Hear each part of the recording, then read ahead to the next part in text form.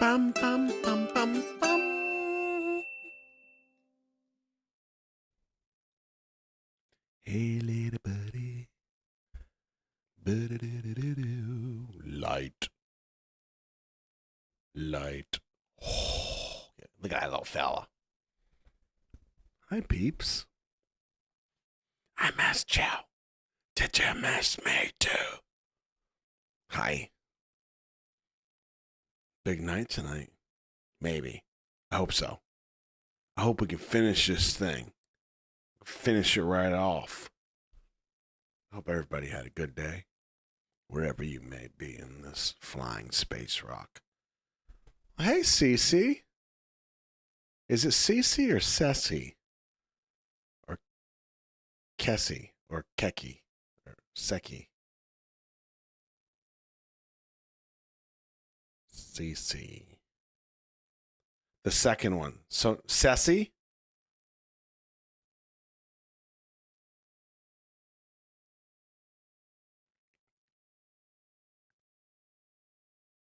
Not Sucky. Ceci. Ceci. Hi, Ceci. Have you been around for a while? Coming in from Texas? Mal, I've got an update for you. Don't let me forget before we get started. Ceci. Maybe in general, you're lurking. And you just discovered me in the last few weeks. Is that right? Well, I'm a big fan, Ceci. I'm a big fan of your work down there in Texas. My favorite video was the Fart Family Tree. That's my favorite. Appreciate you hanging out here. I knew if I threw a little Stray Kids out there and I'd get you.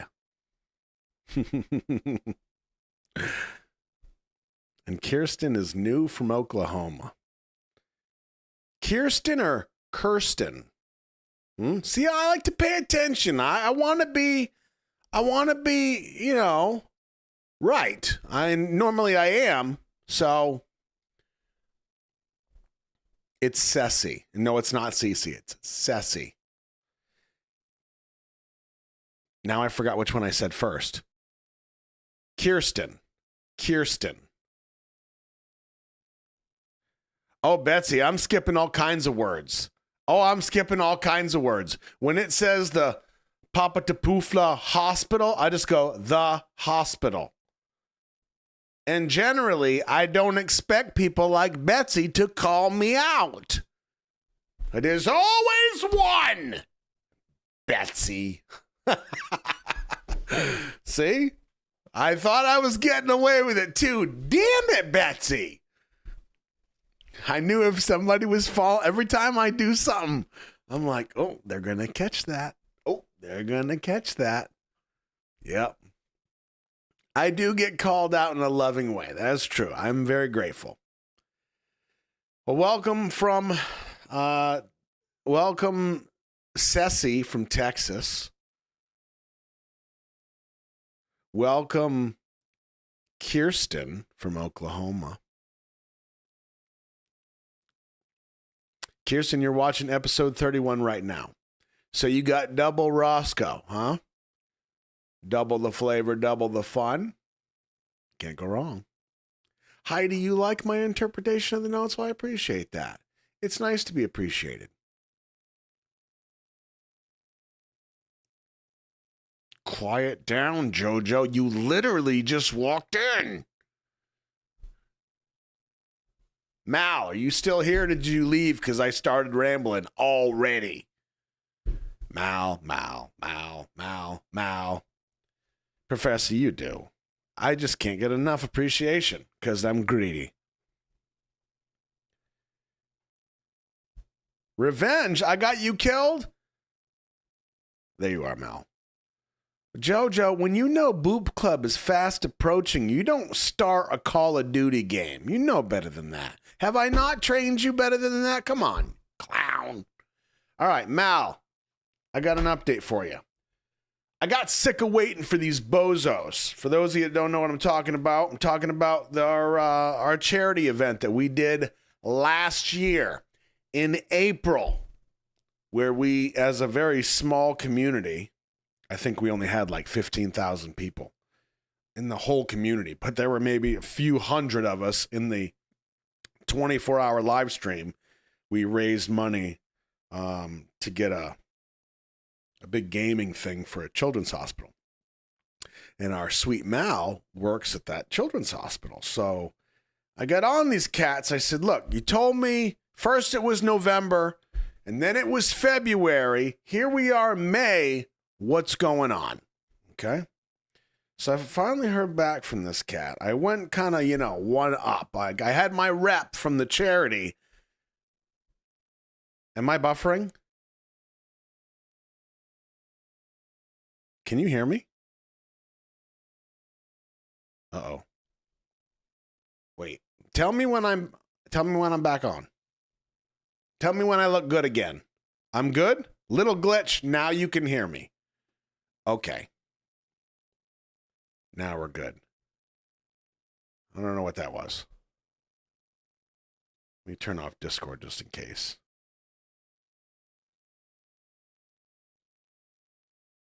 So I don't know what you heard, what you didn't hear, but basically I'm getting in touch with my charity rep. I went above him and said, what's going on? Where's the stuff? So the big man, the big dog. Communication update. We forgot to relay this to you. Yada, yada, yada, whatever. Excuses. The good news is that as of about a week and a half ago, approved the donation, and our team is shifting to the logistics of the shipment. The cart is currently at our warehouse in Texas. Ceci, make some calls, and is estimated to ship in the next 2 to 3 weeks. I should have a more exact shipping date soon, which I will send your way. So, in 3 weeks, Mal, I'm getting a hold of this cat again. I'm getting a friggin' date. And as soon as I know when that go-kart is coming your way, I'm going to let you know. And then you keep your eyes peeled. And as soon as you see that thing come screaming in, I want you to run over and grab it and give it a big shake and say, Couch Crew! Just don't yell, Crotch Crew. Couch Crew. Okay? I know you get a little saucy from time to time, and I just want to make sure we represent it correctly. Mal, I appreciate you being on the boots on the ground here. I just want to see this thing come through. I think it's so cool that we were able to even do that to begin with. Hell, we almost raised enough money, as tiny as we were at the time, we almost raised enough money for 2 of the damn things. Almost. We were close. That's all right. I'm not being greedy. I'm just saying that's how well we did. We got one, and not only did we get that, it's going to go to a hospital, a children's hospital, or a children's unit. I'm not sure if you're in a full children's hospital, but it'll go to a hospital where there's a couch crew. That's huge. So I'm super excited, and I want to see it play out. I've had other people reach out to me and say, hey, would you like to do some more charity stuff? Well, yes, I would, but wait, because I want to know what's going on with this one before I start doing other stuff. And there's great causes out there, but I just want to make sure everything's copacetic. You're a trauma hospital with a children's hospital attached to it. Love it. Mal, thank you for doing what you do. I appreciate you, buddy. And for any other of you nurses or first responders or EMS or anybody fighting the good fight in any way, anybody in the mental health field or the health field or the mental field or anybody who's a good person and not a space butthole, I appreciate you.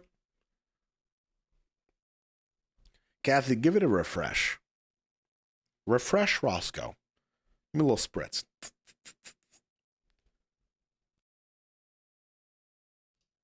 All right.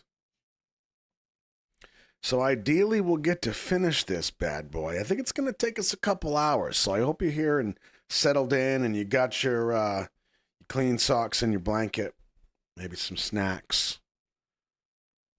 First, let's say hi to you-know-who, Chim Chimaroo.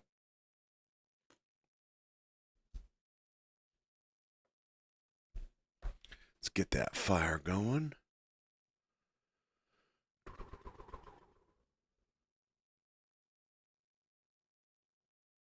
see.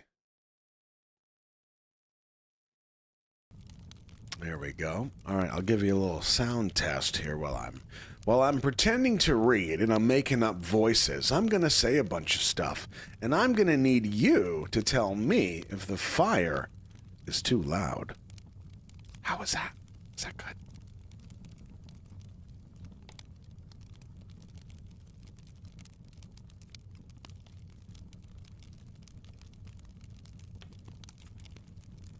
There's a BUK drama?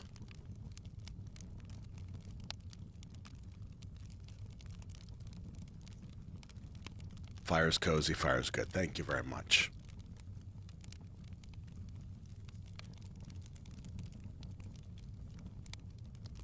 Coming soon.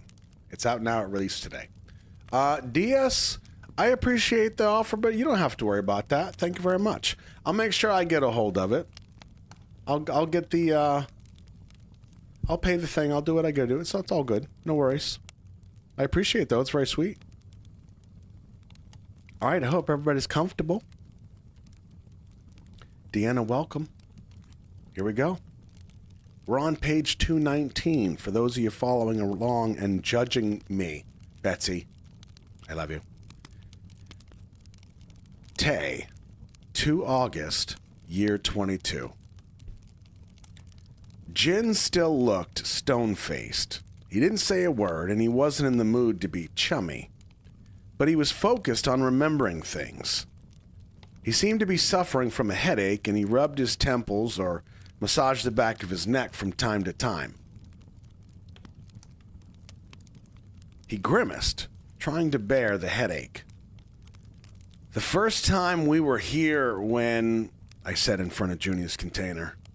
Jin looked at it, half believing and half not whether it had really happened. Meanwhile, Junie arrived. We walked alongside the railway. You know, we used to hang out here a lot and got chased away by the station workers. Yoongi and Jimin came from the other direction. I fell while running away, and I still have a scar, said Jimin as he showed him his left shin. When we got to Songju Station, we looked up at the ticket prices.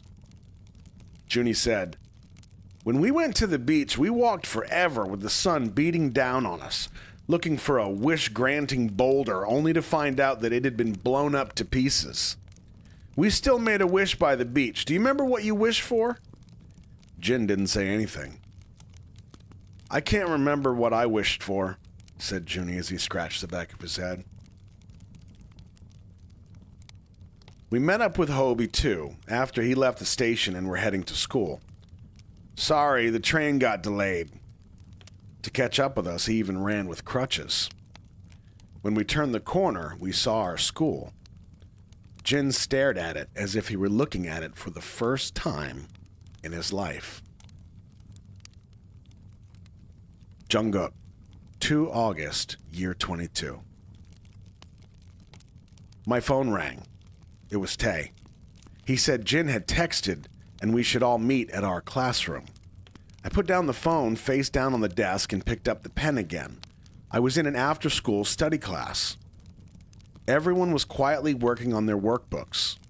I'd come to school thinking the school would be better than my stifling home, but it was boring here as well. I had my own problems to work out, though. What had happened that day? Was it really Jin? Did everyone know it? What I thought to be completely preposterous suspicions were becoming real. The dent on Jin's car bumper and the lies my friends told me. Thinking about these, my head... Huh? Thinking about these, my head, I blackened a notebook page with a pen. Betsy, do you see what I mean? Every once in a while it gets a little wonky. What's wrong with him? Who cares? Just don't talk to him, I heard the other kids whispering. It had bothered me at first, but soon I became immune to it and didn't care. When I happened to turn my eyes to the window, I saw my friends coming past the gate. They were dark silhouettes, but I knew right away. Junie was in front, followed by Jimin, Tay, Yoongi, and then Jin. They knew what kind of person Jin was, but they lied to me and were in it together. I pressed my pen to the notebook. The page became so black that there were no spots of white anywhere. Jin, 3 August, year 22. We opened the door to the classroom turned storage room and walked in. It was a summer day and the air in the classroom, still hot from the afternoon sun, was mixed with dust and the smell of mildew. Suddenly, memories flooded back. The principal's shiny shoes, the expression on Junie's face as he stood outside the classroom, and how I ignored Hobie on the day before our vacation and left the school hurriedly. The throbbing headache came back and I shuddered. I felt chilled. Complicated emotions, which I couldn't describe as either frustration or fear, overwhelmed me. While I visited the places in the pictures with Tay, I struggled the whole time with this headache. I had suffered from this headache during the entire time loop. When I was reminded of something, a headache came first. It was a clear physical and mental signal. Don't remember anything. When I walked to the middle of the classroom, the headache became worse. It was as if the cells in my brain were being shredded to pieces. Things became blurred, and there was a ringing in my ears. I had to get out. Tay must have noticed it. He grabbed my arm and said, "Try a little harder. Try to remember what happened here." I pushed his hand away and turned around. The pain was unbearable. I was about to scream. Everyone looked at me, not knowing what to say. Remember. What Tay said was meaningless to me. That I'd done those things had happened to me, and the stories of us doing things together. I think we did. It seems we did. But remembering is not understanding or accepting. Experiencing is not grasping something by hearing about those things. Experiences should be rooted deeply in one's heart, mind, and soul. But everything I remembered was terrible. Things that tormented me and that I wanted to run away from. When I headed to the door, Tay blocked me. "Step aside," I said, but Tay wouldn't budge. I shoved his shoulder, but he pushed me deeper into the classroom. In no time, we got into a physical fight, but we were both exhausted. Throwing a punch and blocking it felt heavy and slow, as if we were fighting inside of a hot, glutinous liquid. My leg became entangled with Tay's. I thought we would crash into the wall as I lost my balance and reeled. I didn't know what happened next. Because of the thick dust, I couldn't open my eyes or breathe. I coughed nonstop. "Are you okay?" Hearing that, I realized I'd keeled over. I got up and saw that the seemingly solid wall had crumbled down. There was a space beyond the crumbled wall. No one moved. "What? We spent so much time here but never knew," somebody said. We had never imagined something would be hidden beyond the wall. "What is that?" When the dust settled, we saw a cabinet. Junie opened it. I stepped closer. There was a notebook inside the cabinet. Junie grabbed it and opened the cover page, and I gasped. There was an unexpected name on the first page of the old notebook. Kim Chang-jun. My dad. When Junie was about to turn the next page, I whisked it from his hands. Junie was surprised, but I didn't care. I turned the pages. The pages in the old notebook turned as if they would crumble to dust. Written in my dad's handwriting, the notebook was his diary of the things he and his friends had done back in high school. It wasn't a record of their daily life. Sometimes it skipped a month, and there were pages too smudged with what looked like blood to be legible.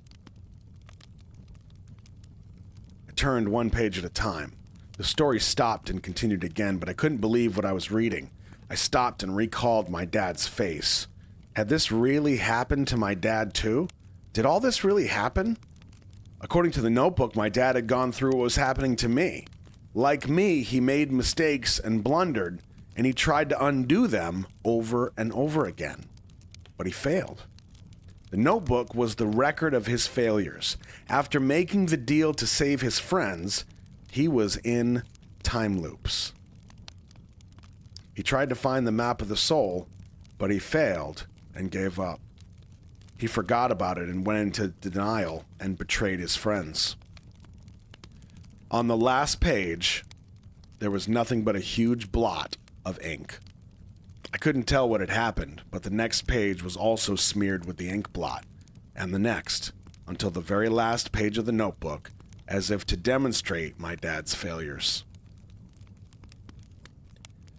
I looked around me. I had no idea how much time had passed, and all my senses were dull.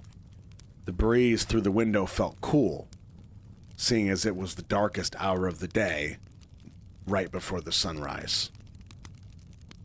Junie and my other friends were asleep here and there. I looked up at the wall. I remembered seeing my dad's name around here, and below it said, "Everything started from here." When I was about to close the notebook, I felt a sense of electric current at my fingertips. I could vaguely make out the letters under the ink blot on the pages. I saw the hazy dawn outside the window. The sun would be up soon. But that didn't mean that the night had come to its end. It was the time which was neither night or morning. Under the light intertwined with the darkness, the letters between the lines, smudged with ink, became faintly legible.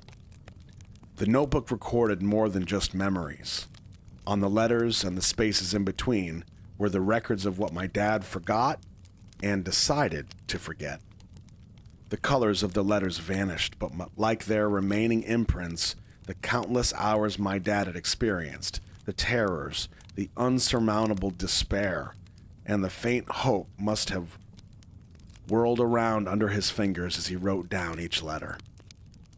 The deflected map of my dad's soul was captured in that notebook. I closed the book with my eyes moist. Moist. I stayed still for a long while until I lifted my head up.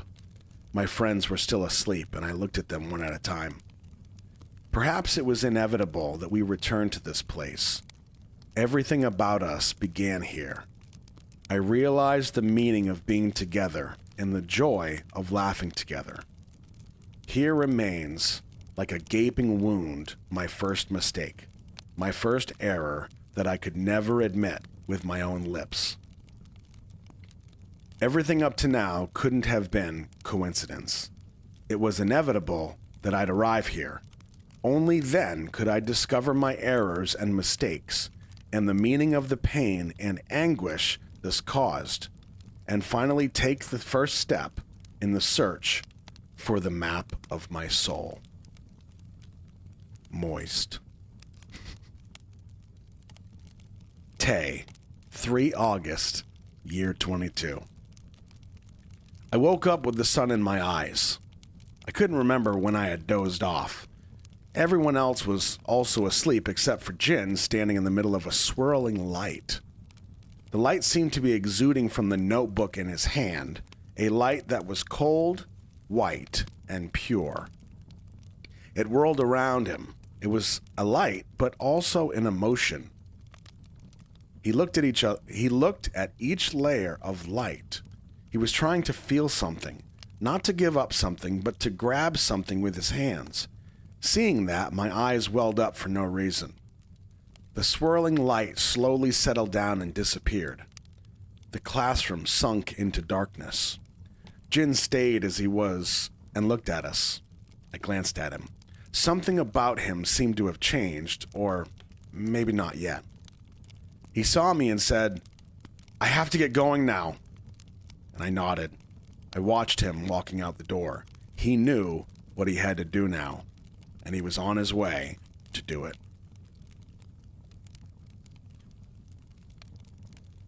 Jungkook, 3 August, year 22. I woke up to find my friends asleep. Junie was asleep with his backpack on, and Yoongi and Hobie were asleep, sitting against the wall with their heads together. Jimin was asleep on 2 desks put together. When Tay opened the curtain, the classroom filled with the sunlight. I covered my eyes with my hands and said, Close the curtain, will you? And they woke up one by one. Where's Jin? Someone asked. Tay said, he left. I glanced out the window. The school playground was empty. We said goodbye at the gate. I watched as they headed their own way, and I went to a PC room, the one I frequented these days. With a headset on, I would cut myself off from the world in the dark room and focus only on the computer screen, which eased my frustration. I felt better in a dark and isolated place. I hated a bright place with lots of light. In a space that was just my own, I could face reality and plan my revenge. The PC room was just the place. I had started coming to this room after I paid a visit to this place. It was on a sheer impulse that I got on the bus, but I knew I had to go back there to understand for myself the meaning of what had taken place there. As I watched the scenery out the bus window, I asked myself, can I trust my friends? When I got off the bus, the sky had darkened. I walked slowly to the place of my accident. Like the last time, the road was empty, with no traffic. A surveillance camera was installed at a distance. I stood at the spot of the accident. I looked down at the road and recalled that night. The huge moon in the night sky, the world turned upside down, and the headlights coming at me in the upside down world. And the shape of the car as it simply passed by me, and the familiar sound of its engine. I sprawled down on the asphalt like on the night of the accident. My face was upturned at the sky, but I couldn't see the moon. If a car were to come my way without seeing me on the road, I would get into another accident. And while thinking that, I felt the faint vibration of an engine from the road. Is a car coming? I was going to lift my head up, but I couldn't move. The road vibrated more, and I was sure a car was coming. With the ringing in my ears, my nerves were on edge. I was alert, but I could not move or scream. Soon the bright lights were zooming down on me. It was a car, and it was in front of my eyes in no time. My whole body froze, and I couldn't even close my eyes. Crash! It sounded as if the world were split into two. And then came the pain. Help me! I screamed inside, but it didn't come out of my lips. I couldn't swallow or open my eyes. Because of the headlights in my eyes, everything was too bright. Alternating between pain and fear, I couldn't breathe. Something hot and sticky seeped out of my body. It hurt so much that I felt I'd drop dead any minute, but the pain lingered without bringing death. My consciousness scattered too brutally slow, and the pain would not let up. Finally, the brightness subsided and everything became dark. I couldn't hear or see anything. The fear and pain were gone too. I felt restful. I wondered when was the last time I had felt this comfortable. I just wanted to stay there. This felt like the place I should be. I went limp and trusted my body to the darkness. The complete darkness and silence.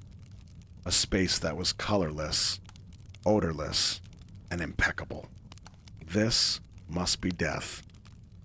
Finally, this was the end. Everything would come to an end. But something fell onto my eyes. As if a current had sparked in my head, I had a headache. My eyes were closed, but I knew I was being buried. Jin was looking down and throwing a handful of dirt on me. My other friends were with him. More dirt poured down on me. My body, face, and eyes were covered with earth. Help me, I screamed, but I failed to utter it out loud again. I wailed. I struggled to stand up. With the dirt in my mouth, I couldn't breathe. And when I tried to spit it out, more got into my mouth. I let out a loud cough and opened my eyes. I was still on the road. My friends weren't there, and there was no dirt. I hadn't gotten hit by a car or hurt in any way. I was drenched in sweat and trembling with cold. I felt chilled to my bones, dripping buckets of sweat. My whole body felt stiff and achy. When I lifted my head, I saw the world turned upside down, just like that night. The road was above me and the night sky below me. The huge car that had run over me, the solid pain, the screams, despair, and fear. The things I saw and felt that night pierced through my heart. What should I trust? What I had seen just now, was it the truth of that night, or was it just a false illusion? As I was getting up, someone said, "What is the problem? Believe what you see." I thought of my friends. They looked at me with an undecipherable expression. It changed into a horrible expression, and they sneered, as if they were enjoying a secret that they kept from me. And like a fool, I was the only one being duped. "Kill him! Kill him! Why aren't you killing him?" I snapped out of it, hearing someone yelling. The monitor had a shooting game on it. From the headset, someone on my team was yelling because an enemy had showed up. "Shoot! Shoot now!" I grabbed the mouse and started shooting at the enemy like crazy. The character was knocked down dead like an inflatable toy with its air pumped out. With my mouse, I roamed the game map. The railway ran in the middle of it. There were containers along the railway, just like the container village by Songju Station. "Where is he? Kill him! And kill that guy too! Hurry up!" I pressed the keyboard to pick up a different weapon, a machine gun. And when I did, an enemy with a black bandana appeared at a distance. As I was aiming at him, I felt as if I knew the guy, and I got him with one shot. And I aimed and shot the other enemies. Park Jimin, Hobie. I had no idea why their names dropped out of my mouth. I sneered.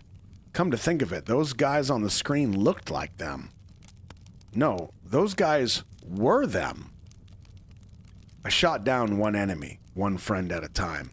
As soon as I saw Junie crawling out of his container, I shot him down, and I fired at Tay's head as he was running along the railway. I glanced down at him without any feelings.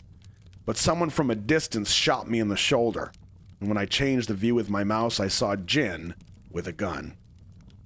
Immediately, I was boiling with hostility. I hid behind a wooden crate. From the headset, I heard a team member say, "I'll take him down." I cut him off. "No, I will do it." I stood up and aimed at Jin. He keeled over at the right. Yoongi jumped out behind him and ran toward me. I had no bullets left. Stone-faced, Yoongi pulled the trigger. I jumped to the side but got hit twice.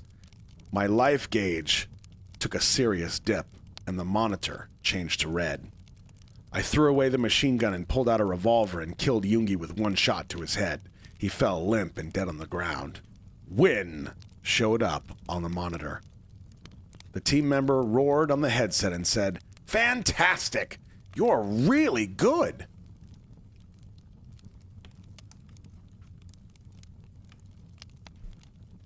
The reason why fireworks are beautiful.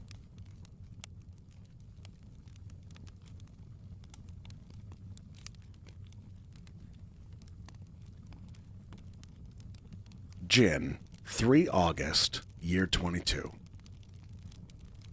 I came back home. The pictures were still strewn on the floor. I picked them up one by one. Yoongi and JK sitting on a stool and playing the piano, Junie sitting by the window, and Hobie and Jimin dancing and horsing around. I still had this throbbing headache, but I knew the pain was evidence that what I was looking at and trying to remember were important to me. I spread open the map of my dad's soul. If it was indeed the map of his soul, then what would the map of my soul be? My errors and mistakes, the choices I'd made and I had not made, and the things that changed because of them. The map of my soul would have all of that in it. Suddenly, the people in the picture seemed to be moving. I thought I heard Hobie and Jimin laughing and JK turning to look at me, and I heard Yoongi playing the piano, Junie and Tay running at the beach, laughing. All those moments in the pictures were lifted up in the air and were replaying like in a video. The music was playing, they burst into laughter, and the sun was pouring down. The moments overlapped with each other. The pictures were merged, and something unknown unraveled from my heart and spilled out. It rode in my veins and fanned out to every corner of my body. Something that was clogging up my head crumbled down, and memories poured out like fireworks. Once released, the memories whirled around, bewildering and baffling. The whole room shone bright with whirling memories that were sad, wistful, heartbreaking, and joyous. I couldn't believe it as I stared at them. How could I have forgotten them? And I realized something was exuding light from my pocket. I took it out. It was a Polaroid picture. A picture with clear, crumpled lines. I thought I could hear Jungkook's voice. "Let's take a picture here." I turned and saw the beach. All my friends were running to the car. Each got to a place and took a pose. Click. I pressed the shutter. No, that was not it. We had taken a picture there countless times, but I had pressed the camera shutter only during the last time loop. This was the first loop ever for the 6 of them to be in the picture without me. Before then, I had used the timer, and we had all been in the picture. Next, the moments that were whirling around the room disappeared, and the scene in the Polaroid picture unfolded in front of my eyes. The sea breeze was blowing. It was hot, and my neck was sticky with sweat. The sand in my shoes felt prickly. "Jin, hurry up!" Junie motioned to me. "Hurry! Run!" said Tae. I set the timer and ran to them. My feet sank deep into the sand, and just as I was able to turn, I heard the camera shutter click. Someone laughed. There was no reason to be laughing, but we still laughed. Pointing to one another and not knowing what was so funny, we roared and rolled on the sand. We laughed ourselves silly. And when I came out of it, I was still in the room. The memories I saw had disappeared. I was alone with the pictures scattered about in the room. I looked down at the Polaroid picture in my hand. The scene in the picture was slowly changing. There was me standing next to my friends in front of the car by the beach. I suddenly remembered what the cat had said. There will be a price to pay. Well, this was that price. Having the happiest memories disappear from me and forgetting the precious people around me. I realized what kind of horrible contract I had signed up for. The wind was blowing from the window. I looked around me. I had no idea how much time had passed. The sun was up and not a cloud in the sky. It was morning, a new day. The wind coming from the window circulated in the room, which had started to get hot. The fresh, new air hovered around me. "Do you think you can straighten out the errors and mistakes and save all of you?" I was finally able to answer that question. And now I knew why I was back in the time loop again when I had thought I was done with it. The question itself was wrong. I didn't have to save us. I didn't have to straighten out all the errors and mistakes, neither. What I had to do was to accept all my errors and mistakes as a part of myself. The one and only person I couldn't save was me. And I had to forgive, accept, and love myself. That was the only answer. The wind slowed down and then dissipated, and I realized all the pain had come to an end. The end. I'm just kidding. We got like 50 pages left. That was just too perfect.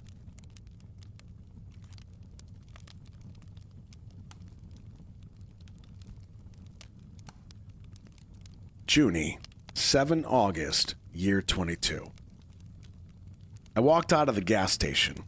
It was deep in the night, but the heat of the day seemed to have made the road its permanent home. I glanced at the downtown area where Tae and I had roamed around. What had happened several days ago seemed ages ago, after coming back from the classroom that day, I had to adjust back to my daily routine in no time. Making a living was still the most important thing.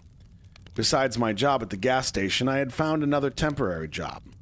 When I dragged this dead, tired body of mine home, I ended up crashing onto the bed. When I got into the container village, a sense of something eerie in the night air blew against my face. I gave darting glances into the dusk. A notice was posted on the containers. In accordance with the redevelopment plan of the city of Songju, this area will be cleared out starting September 30th. Are they really going to clear out the area? I had received the notice a couple of times, and a person from City Hall had made a visit. He said the residents here, including me, had no rights whatsoever. And he was right. We had just come here and made these abandoned containers our homes. So, of course, we had no right of possession. Are they really going to do what they say they'll do? A man who lived at one of the last containers shoved the notice in my face and asked. I don't know, but seeing how things are now, I don't think they're bluffing. He glanced at the notice from top to bottom and ripped it to pieces. How can they do this when they know people live here? I'll see if they'll carry this out, if they do it. Document disclosing the police's non-interference agreement, even in the case of violence, was made public, and the news and media poured out criticism against going ahead with the plan. There were protests against Kim Chang-jun and the mayor of Songju. Some residents in the village thought things were not so hopeless, but I wondered if the media would really protect us. There were people who would benefit from the redevelopment for sure, and they had their justifications. The world did not side with powerless have-nots whose only means of fighting was to kick and scream. Other people could sympathize with us once or twice, but not for long. The law and the system were never on our side. I squatted in front of my container. There was only a month and a half left before they kicked us out. I had no choice but to stay in the back room of the gas station. There were people here who had no place to go. People who had no other means but to scream at the top of their voices or to face violence with nothing but their bodies. People who had no best alternative, not even a worst alternative. And I thought of Wu Chang. I took out my phone. I opened a text message from Jin from a couple days ago. Junie, I'm sorry and thank you. We'll talk later. I'll call you.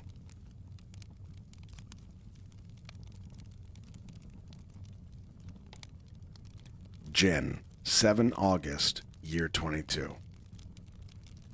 After I got my memories back, I felt wretched. The fact that I had lost my memories wasn't the whole problem. I couldn't stand what I had done during that last loop. I attended the redevelopment plan meetings several times. I knew everything about it, what they were planning to do and what problems they were expecting. Among my dad's documents, I even saw the current resident statuses with a red circle around Junie's name. I was an accomplice and willing participant in the plan to drive Junie to his death. This accomplice felt foreign, as if he were not me. Like a hollow shell that mimicked me, it was vicious and vile, selfish and stone-hearted, without any human warmth. I wanted to claim that he was not me. Nothing was done out of my will, and the blame should go to that hollow shell. But he had my face on him, and my body. The one who committed all the mistakes was none other than myself. I picked up my dad's diary. If I remembered correctly, he had not liked seeing me hanging around with my friends. He called my friends useless and held them in contempt because they didn't come from power or privilege. I suddenly had a question. How could my dad do that? The way he thought of my friends was just like him, but according to his diary from the classroom turned storage, he had had friends. Friends who were so important to him that he tried to save them by turning back time. When he gave up his friends, did he give up his soul as well? And he became that hard-hearted person? I went to the den. I showed him his diary. "What is it?" Without paying much attention, he took the diary and flipped the pages. Instantly, his face became distorted. He was as still as if he had frozen on the spot. He didn't look at me or close the diary. His eyes were glued to it. His hand turned the pages. His expression changed to one of pain. The will to forget and the wish to remember crisscrossed his face. It was impossible to read his expressions. When he met his voters or supporters, he looked trustworthy or modest, but that was one of his many masks. A look of pain was on his face now. I stared at him in disbelief. "You know about the redevelopment plan." Hearing that, he closed the diary. "I don't know where you found this, but it's all in the past. Too much time has passed, and too many things have happened." The expressions on his face vanished again. "You had friends who were important to you, and you tried many times to save them." I didn't utter that out loud. I knew that he would know without me saying it. He knew why I handed him that diary, but my dad's answer was no. "Can you think about it one more time? It's not too late, and you can make this right," I asked him as he was about to leave. He slowly turned back and said, "It has nothing to do with me now."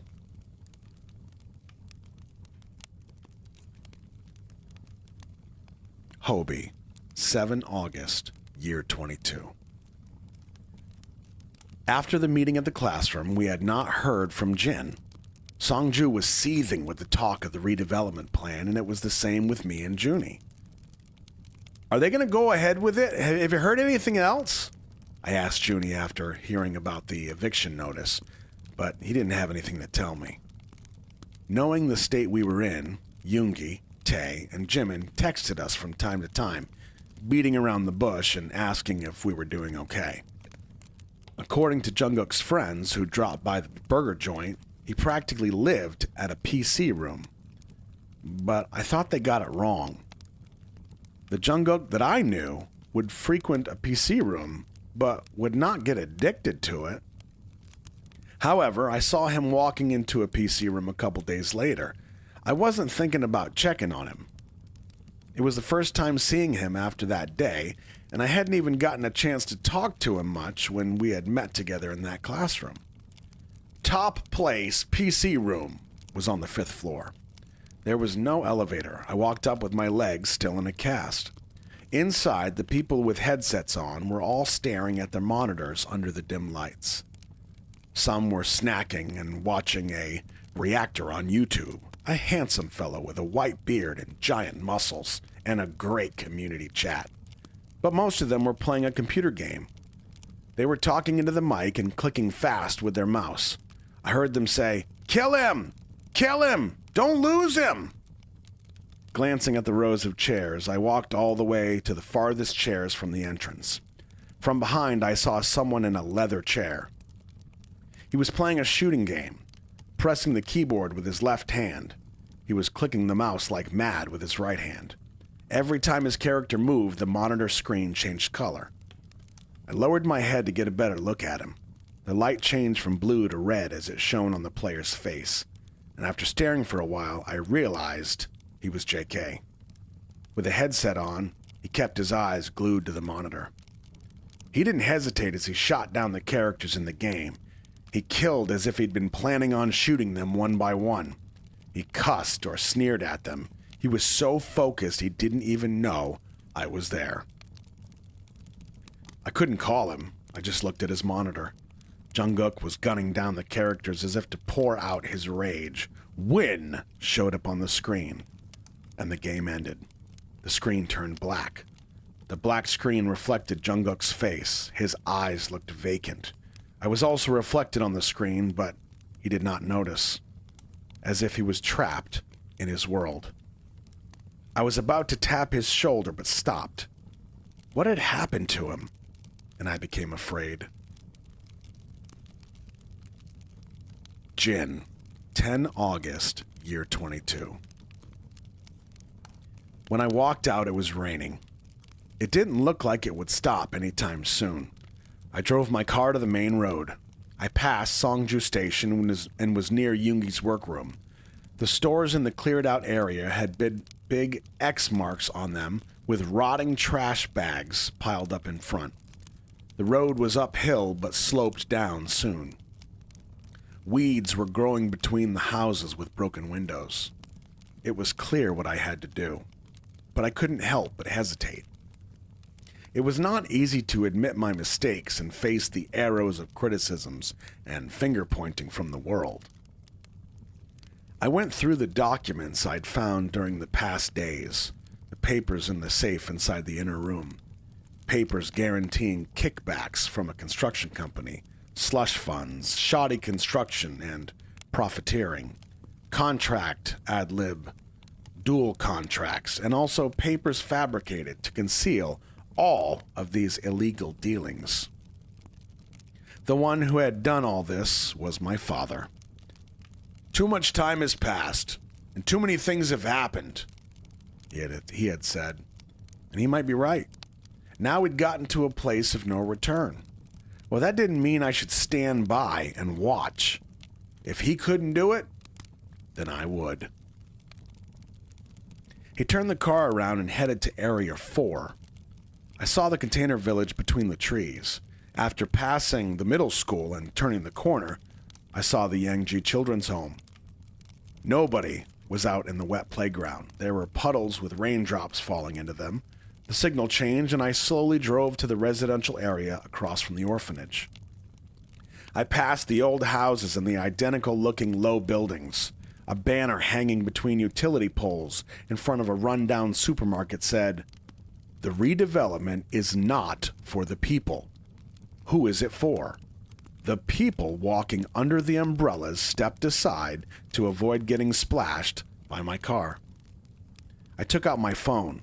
I called the reporter who had disclosed the first document concerning the redevelopment plan. "Have you thought about what consequences this would bring? Are you sure you can handle it?" And when he asked, I said I didn't. When he asked, "Does this mean you might go back on your word?" I answered no. The reporter confirmed one more time and hung up. I glanced out. I had no confidence or anything like it to handle what was about to happen. Despite all the wrongful and illegal dealings he had committed, he was still my father. But it was too late to go back. And I had no thought of going back. I had done enough regretting. Now I had to do what I had to do.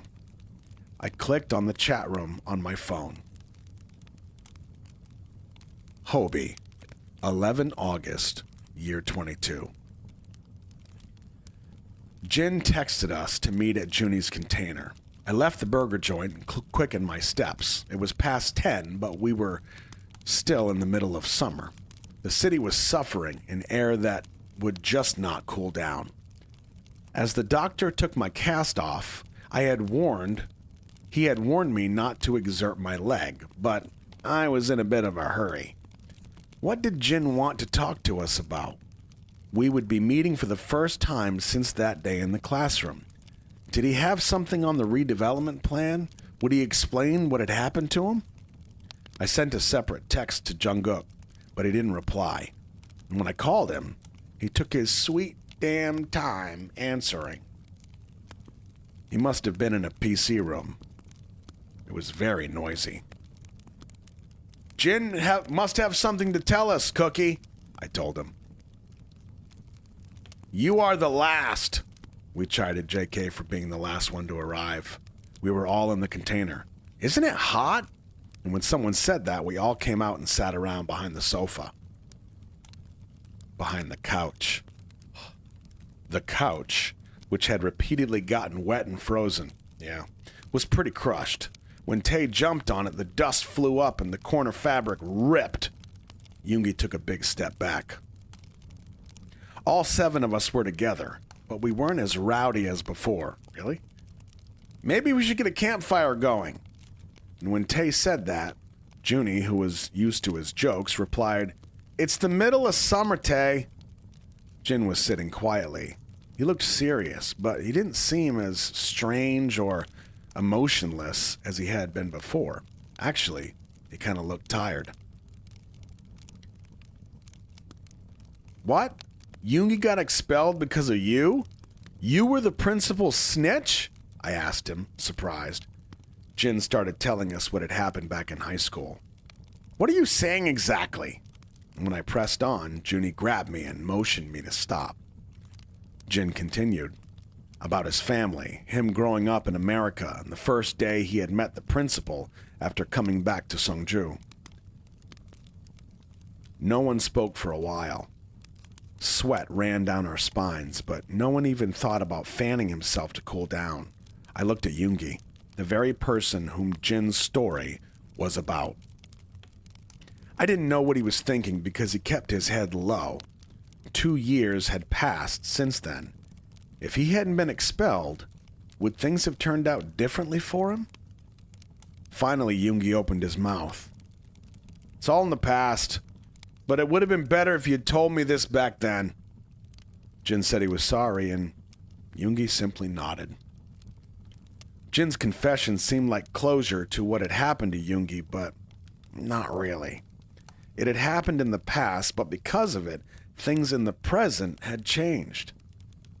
And it was the same for Yoongi and Jin. Just saying it was okay did not make it okay.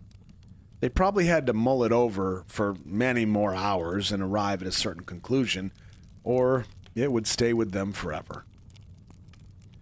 "Tomorrow I plan to tell people everything about the redevelopment plan," Jin said as he was taking a bunch of papers out of his bag. "The agreement with the police overlooking the violence during the demolition was just the tip of the iceberg. The corruption among the power holders of Songju and my dad is beyond anyone's imagination," he told us in a loud, obnoxious voice, apparently. "I think my coming forward will take care of many things, but I'm not sure how things will unfold." After looking at me and then Junie, Jin said, "What I'm about to tell you now is much more complicated and strange, and I'm not sure you'll believe it. It'll be hard to believe, but Yoongi was right. Now is the time that I should tell you." Jin took a deep breath and started telling us the story, finding out the future misfortunes of everyone after he came back from America, the cat that he had met at the beach, the contract to turn back time, and the things he had experienced over and over again since then. The map of the soul and the price to pay, losing his memories. I didn't know when the sandstorm started to blow. Jin continued with the story, and like he'd said, it was really hard to believe. Can he really turn back time? Is that possible? He can undo what happened? Jungkook, Yoongi, and Jimin got killed?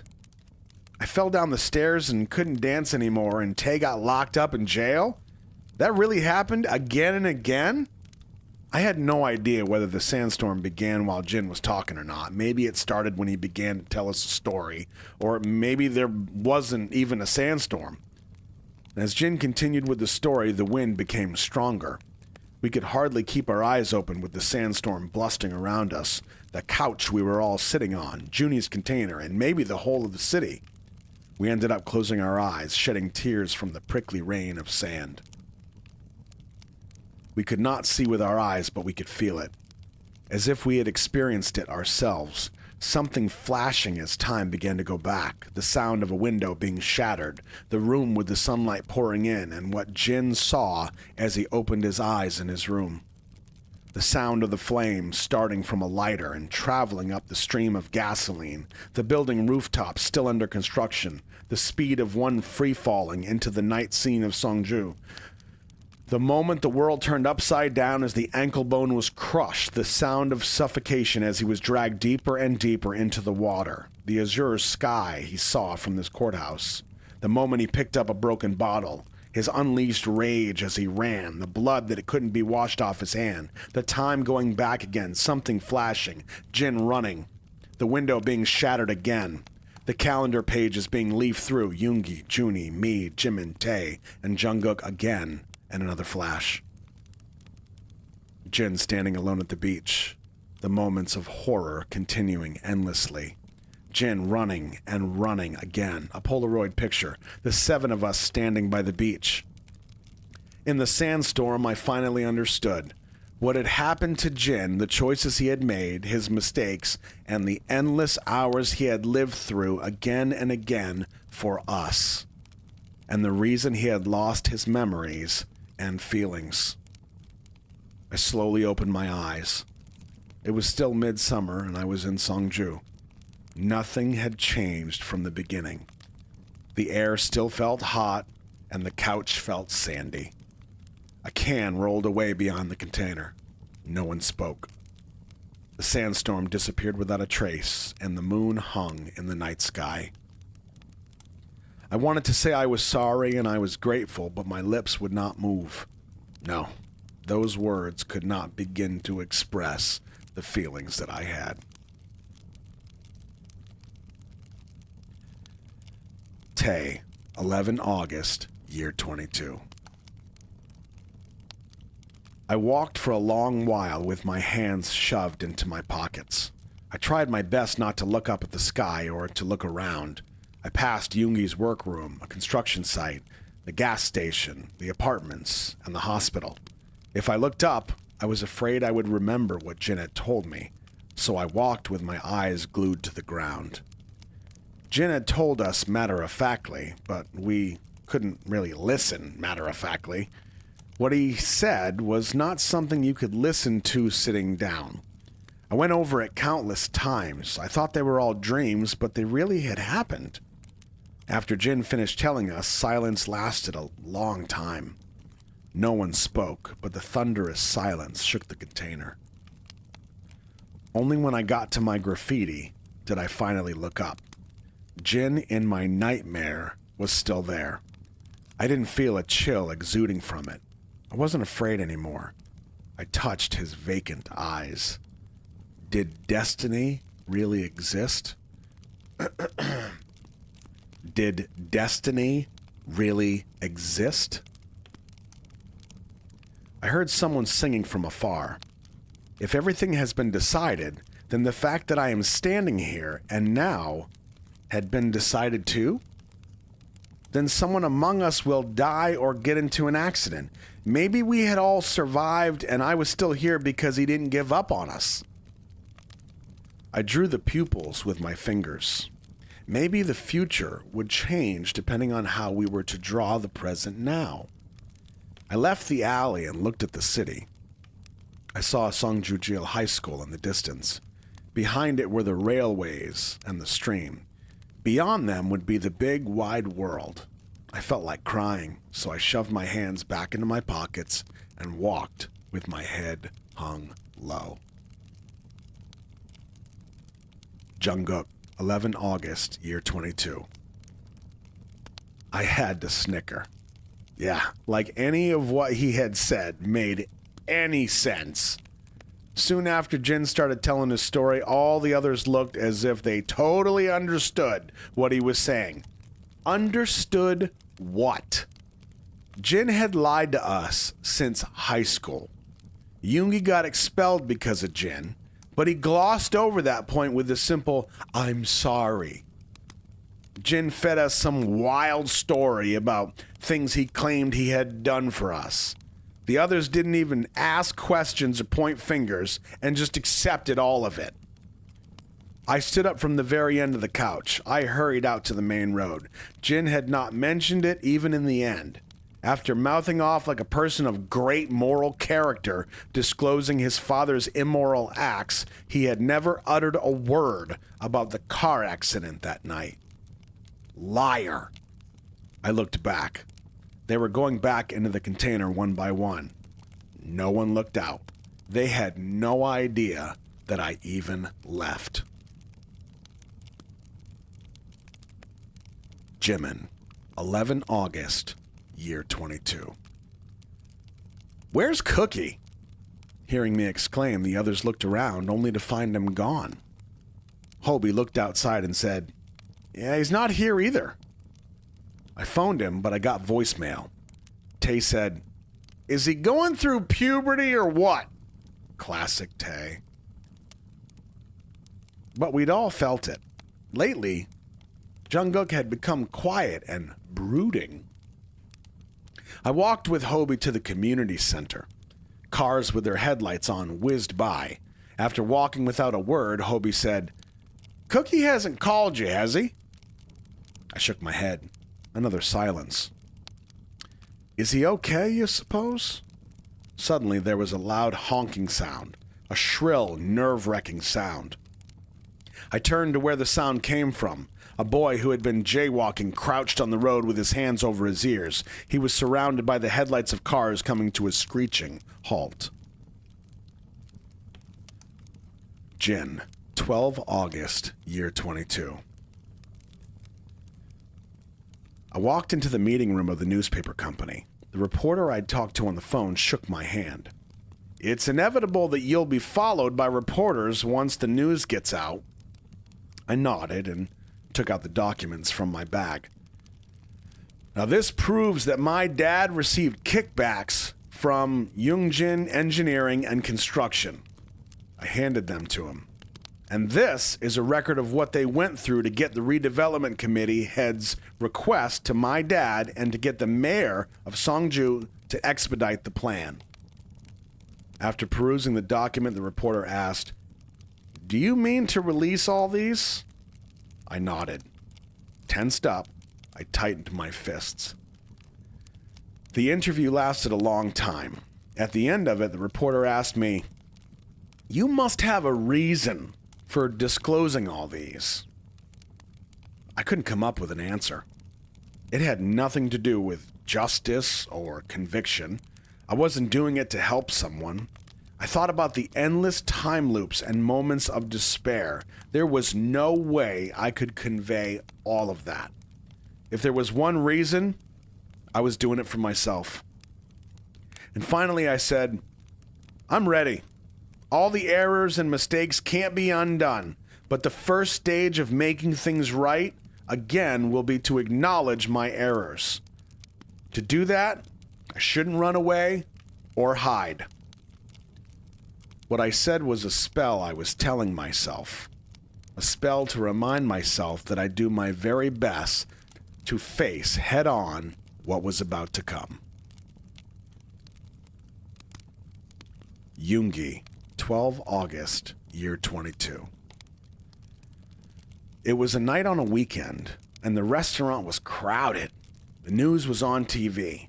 For the past several days, there had been nothing but news about the redevelopment plan. Today again, it was about the newly discovered illegal dealings. The news began with pictures of the rundown areas of Songju, followed by the commentary of the anchor. The people who were eating all turned their attention to the TV. There has been a continuing controversy concerning the Songju redevelopment plan. Last month, a document was discovered concerning an illegal agreement between City Hall and the police to overlook possible violence expected during the forced clearance of the area. Mr. Kim Suk-jin, the son of Assemblyman Kim Chang-jun, asked to be interviewed to disclose the connection between the politicians and the companies. And what you are about to watch is a portion of that interview. Yo, that was the dopest, sudden, impromptu anchor voice you have ever heard. When the anchor's comment ended, they showed Jin's interview in summary. The part about the assemblyman Kim Chang-jun getting kickbacks from the construction company created a stir in the restaurant. A man from the next table said, "I knew it! I knew it!" That was why the police said they would keep their hands off of it. And someone put his spoon down and said, then are they going to put a stop to the plan? It was going to create more jobs, but now what? I looked around.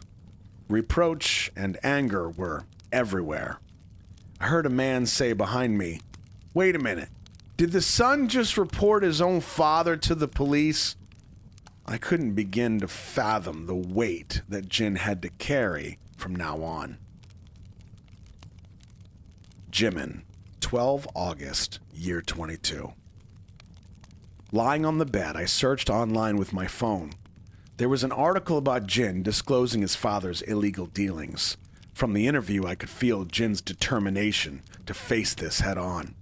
Even after the interview was aired, the redevelopment plan and Jin's name were the top search words. After reading some more comments under the articles, I tossed my phone onto the bed. I got up and glanced out the window. It was the middle of August, hazy and sweltering outside, and I remembered the last thing Jin had said in the interview. "I will admit to all my errors and mistakes. I will not hide or run away." Could I face my own errors and mistakes? Could I not run away or hide? The bus stop for the shuttle bus to the grass flower arboretum was hot in the summer sunlight. The sun was at its zenith, casting practically no shadow at my feet. There was no place to hide from it. I turned to see whether the bus was coming. I saw the road post for Grass Flower Arboretum. I looked down at my feet. My neck felt hot with sweat dripping down. Sitting at the bus stop, I let 2 buses go by. Under the scorching sun, my head hurt and felt hot, and I hesitated, unable to make any decision. My body felt sticky with sweat, and my shoulders ached from tension. Letting out a sigh, I leaned against the bus stop bench. The sun came down directly on my face. I couldn't keep my eyes open, and my skin felt burnt. I sensed someone was sitting next to me. Strangely enough, it made me feel relieved and at ease. But when I looked, nobody was there. The bus driver yelled, "Are you going to get on or what?" I sat in the middle of the bus by the window. A lady holding a baby in her arms and the baby's grandmother sat closer to the driver, and a middle school couple sat way in the back. The bus started moving. It drove nonstop toward a place I had stayed away from all this time. I rubbed my arm and looked around. The air-conditioned bus felt so cold. "I didn't know hydrangeas are summer flowers. I like hydrangeas." Only when I heard the young couple talk did I realize Grass Flower Arboretum was a place of flowers and plants. I remembered the place was wet with sinking mud. To some it was a place of excitement, but to someone else it was a place he wanted to forget. It was not fair. I lowered my head and closed my eyes. That day I must have been sitting on the bus, excited and happy. I must have watched the changing scenery out the window with curious eyes, munching on cookies and singing with my friends. Because it was the day of the school picnic. I felt my hands and feet shrinking. I woke up at a thump. I must have dozed off after having stayed under the sun too long, all tensed up. The bus came to a stop. The other passengers must have gotten off. I couldn't see them. It was raining outside. When I got on the bus, it had been broad daylight, but now it was so dark that I had no idea what time it was. Lightning cut across the dark sky, followed by thunder. I peeked out from the bus door, but no one was around. Covering my head with my hands, I ran to the entrance of the arboretum. The rain sloshed down. Even before I could take a couple of steps, my trousers got wet.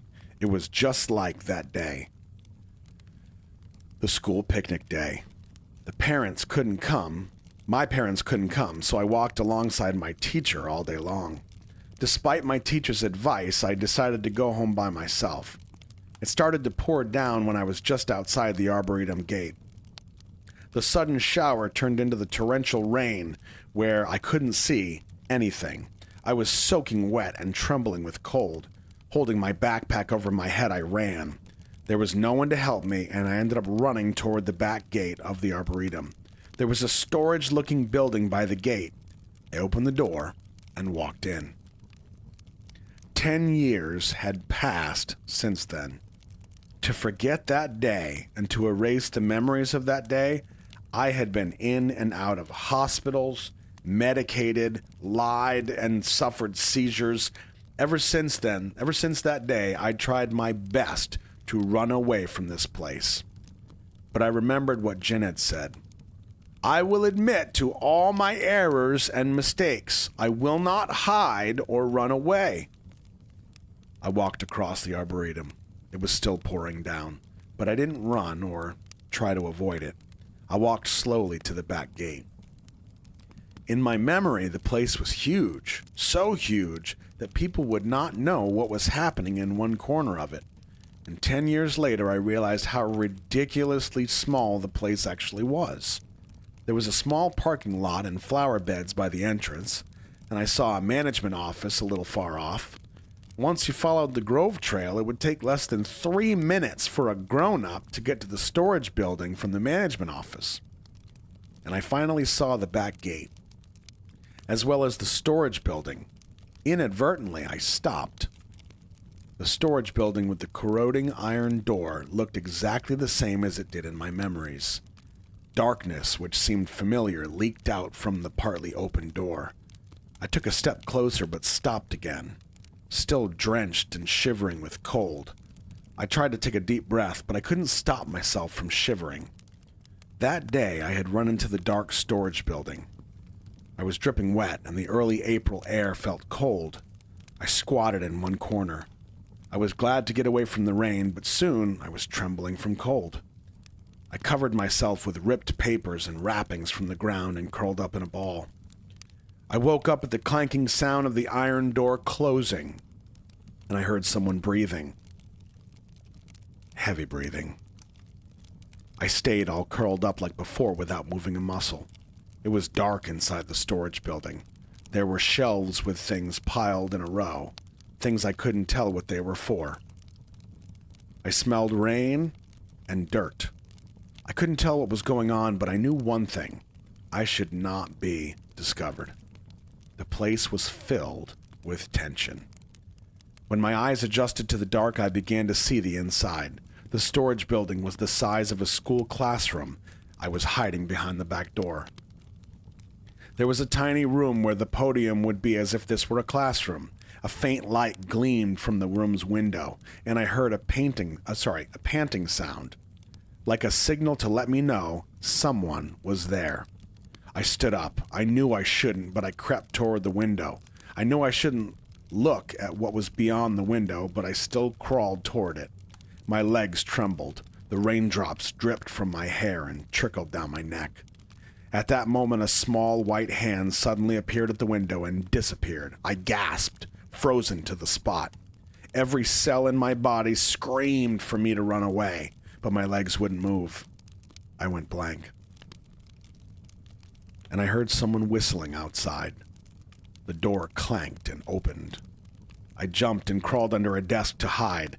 A man came in and looked for something, making the clanking sound of metal scraping against metal. The man walked into the room, leaving the door open so I could look inside. It was dark there too, but the things inside were visible. It looked like a room for storing fertilizer. He walked in, and with legs apart, he looked down on something. The man's eyes fell on a small boy lying on the floor, all curled up. He had bruises on his arms and legs and scars on his wrists from being tied up with a rope for too long. The man picked up a towel from the shelf and wiped the sweat from his own face and hands. The boy opened his eyes. For a brief moment, his eyes met mine as I was all crouched under the desk. The boy lay seemingly dead under the man's peering eyes. The boy's eyes were speaking to me. It was dark, and he was far away, but I knew.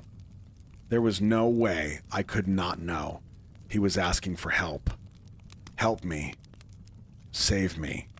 Help me run away. The man, sensing something, turned around and looked around the storage room. I made myself smaller. The boy's hand fumbled on the floor as if he were looking for something, and he slowly raised his body. He was trembling. with big teardrops rolling down on his cheeks. He raised his hand. He was holding something shiny in his hand. A box cutter. He cut the man on his thigh with the box cutter. He yelped in pain as he turned. The boy tried to stab him one more time, but it didn't work. The man unarmed the boy in no time, and he threw away the box cutter, and he slammed the door shut. I heard him cussing at the boy. The boy screamed. I heard something breaking, splitting, and crashing. There was also an odd jangling sound. I could crawl out from under the desk thanks to the noise. I crawled to the door with my shaking legs. I tried my best not to make any sound. I crawled right under the window so that I would not be seen from the window. The boy's screams turned into wailing and gradually subsided. As soon as I got out, I nearly burst out screaming. The sound of gushing rain overwhelmed me. Tears fell. While running away, my knees buckled and I tumbled down into the mud. I got up again and ran. I wanted to yell for help, for someone to save me, but no one was around.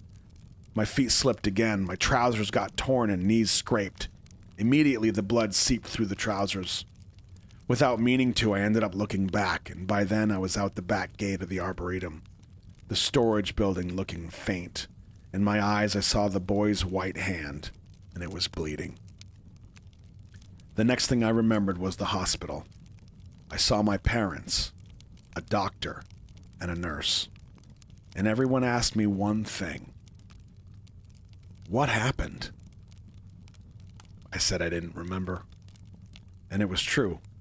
Back then, I really could not remember. The memories of that day came back one day in my first year of high school when I was going home from school. I was walking with Hobie when I saw that boy in the shuttle bus to the Arboretum. His empty eyes no longer spoke to me.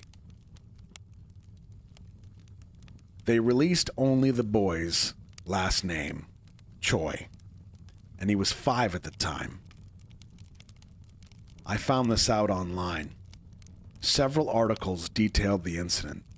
He was discovered near Wyong Mountain on April 10th, and he suffered from temporary amnesia caused by shock. The police were looking for clues to conduct an investigation of the case, but there were no follow-up articles on it. I wondered how he'd survived. I wondered whether it would have been possible for him and me to have been spared what we suffered.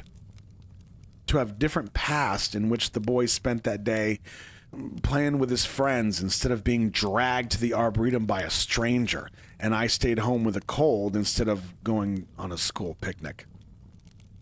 I already knew the answer, but with my mind wondering about meaningless possibilities, I arrived at the storage building by the back gate of the Arboretum. I couldn't change the past. I had no means to correct my past errors and mistakes. That day I had come here on a school picnic, and while roaming the place by myself, I'd become wet in the rain. I'd gone into the storage building and run away by myself, leaving a boy behind in pain and despair. In the distance under the pouring rain, I was running away. My small feet, soaked clothes, tears streaming down my face, and my terrified eyes. That day I was out of breath, panting and heaving. I ran precariously as if I would collapse at any minute. A short moment later, my feet slipped and I tumbled down. I stayed fallen and blank, but startled by something. I started to run away. The mud caked on my face and elbows crumbled and fell. I had to run away endlessly from memories I couldn't escape from. I stepped closer to the boy. He was running faster. To catch him, I had to run faster. I splashed mud with my feet and I slipped many times. I plopped down in the mud and sprawled in it. Finally, I caught up with him. I grabbed his shoulders and turned him around. He looked up at me with his frightened eyes. His eyes spoke to me and asked me what was happening to him. I couldn't tell him anything. "You're gonna be okay." The words came up through my throat, but I couldn't utter them out loud. The words I could say easily to others, but why was it that I could not say them to myself? I braced the scared boy in my arms. I felt his drenched body and pounding heart. I spoke slowly, stammering. Wait just a little longer. When you grow up a bit, you'll meet wonderful friends. When you're with your friends, you'll become a better person. And then you'll be fine. So wait just a little longer. Hang in there. And with that, I hugged him harder. My eyes welled up. I couldn't hold it anymore, and I cried. I had no idea how much time had passed. When I opened my eyes, the little boy, me, was gone. I wiped my eyes and looked at the sky. It was clear without even a wisp of a cloud. And it was quiet, and there was no trace of rain anywhere.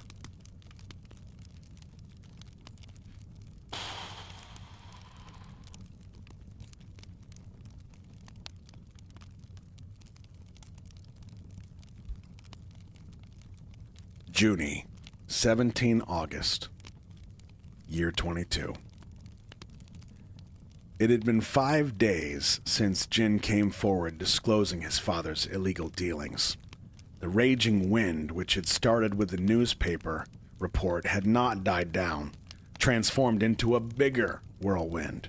It was swallowed up the whole city. There is no end to people's greed. It doesn't matter how much you have, you always want more. Everyone had something to say.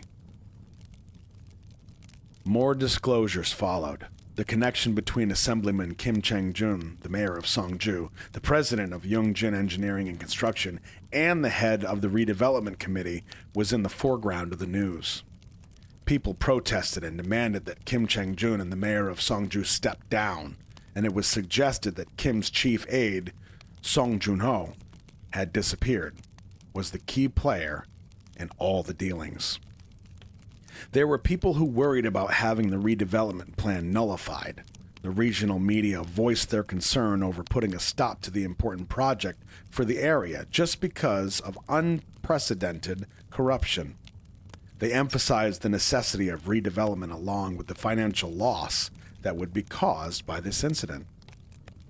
I read all the articles and news comments, but the whole course of events that led to this was complicated and it was difficult to understand. If I listened to the supporters of the redevelopment plan, they seemed right. But if I listened to the opposition, well, they seemed right too. Fortunately, because they put a stop to the plan, Yangji Children's Home and the container village were given a moment to take a sigh of relief. The people didn't look kindly at Jin, who was in the middle of this tornado. He reported his own father. He must have a motive for doing it. When I saw him at the container a couple days ago, he seemed unperturbed. I wondered how long it would take for all this to go away. I wasn't sure if it ever would, and it made me afraid.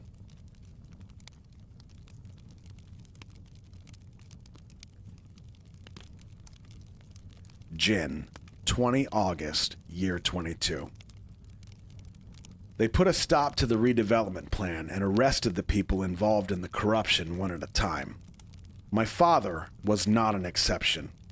Because he was in the middle of it all, he was most criticized. The house was surrounded with reporters when I came back after the interview. The landline phone was pulled out and our mobile phones rang incessantly. Dad was in the den. I hesitated for a long time before knocking on the door and going in. He was looking at something, but he put it in the drawer and turned to me. "I'm sorry, Dad." I knew what I said could not possibly solve the problem. Dad didn't say a word. I stood there. His phone started ringing. So did my phone. We heard a commotion from outside. "Go and get some rest, son." He stood up and went into the inner room. Since the interview, people had poured out endless news reports. There was enough news to make people discombobulated. Even I couldn't tell what was true or false. What turned out to be the biggest problem for Dad was Uncle Jun-ho. He had disappeared right after the news of his involvement. For days, they reported that he had handled the kickbacks and dual contracts. The amount, which was much bigger than what I'd discovered, had been handed over through Uncle Jun-ho. Speculation snowballed. Some saw him as the very center of the corruption. Some said that my dad had made him flee to overseas or that he would turn up in a body bag soon. Some tried to have him take the rap for the whole thing, and some claimed that my dad was using him to weasel his way out of it. Dad looked tired when he came home after being interrogated for hours by the police. They asked him for the whereabouts of Uncle Junho, but he didn't tell them. My guess was that Uncle had pocketed some money behind my dad's back. Probably wasn't much. Unlike what people were saying, Uncle Junho wasn't ambitious or brazenly greedy. He was more like someone who blunders over a small amount and ends up walking into a bigger blunder to make up for his first mistake. One day I overheard Dad's phone conversation. He said we had to find him before Yoongjin Engineering and Construction did, the company involved in the whole incident.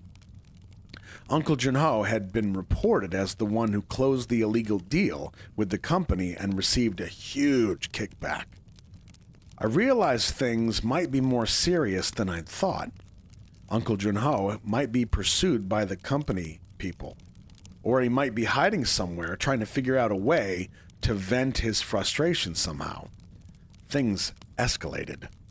People petitioned to disclose every illegal deal committed by my father and uncle, and the protests for and against the redevelopment became even more violent.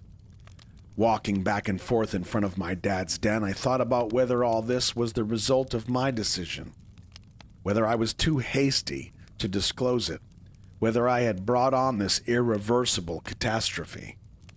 I was terrified. If I hadn't come forth, something worse could have happened. However, it didn't mean that things were okay now. I was afraid to open my eyes every morning, and I could not bear to look at my dad. Junie, 22 August, year 22. After work, I went back to the container. I had to use the flashlight function on my phone to light the way. The street was darker than usual. It was hard to see with just the hazy moonlight. As soon as I got to the container village, I saw someone sitting in front of my container. Who was that? I knew everyone around my place. He looked drunk. After seeing me, he staggered up. I thought I'd seen him somewhere, but couldn't figure out where. I approached him with caution. "Everything is ruined because of you," he said. He looked a sight. He was bleary-eyed, and his white shirt was all crumpled up. "You talked Jin into this, didn't you? You ruined everything." He kept babbling about things I couldn't quite understand. He walked toward me, making threats, but too drunk. He ended up keeling over.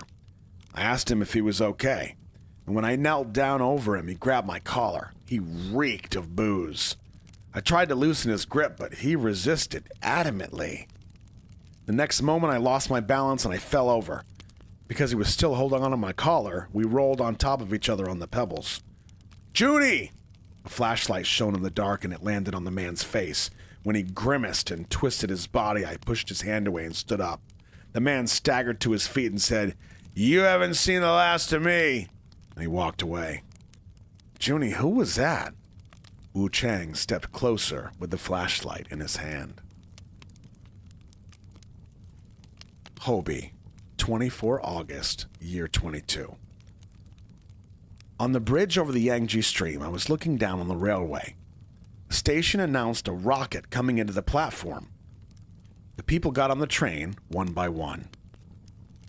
And with another beep, the rocket was launched. I felt the wind blowing from it on my back. I watched the rocket zooming in and zooming out. As I watched the train becoming a distant blur, I wondered where it was going. Was it going to Hagok? On the other side of Songju. From this distance, it looked peaceful and dull. It was hard to believe that it was the very place of chaos that had lasted for weeks. With the redevelopment pushed back, the orphanage people were able to take a breather.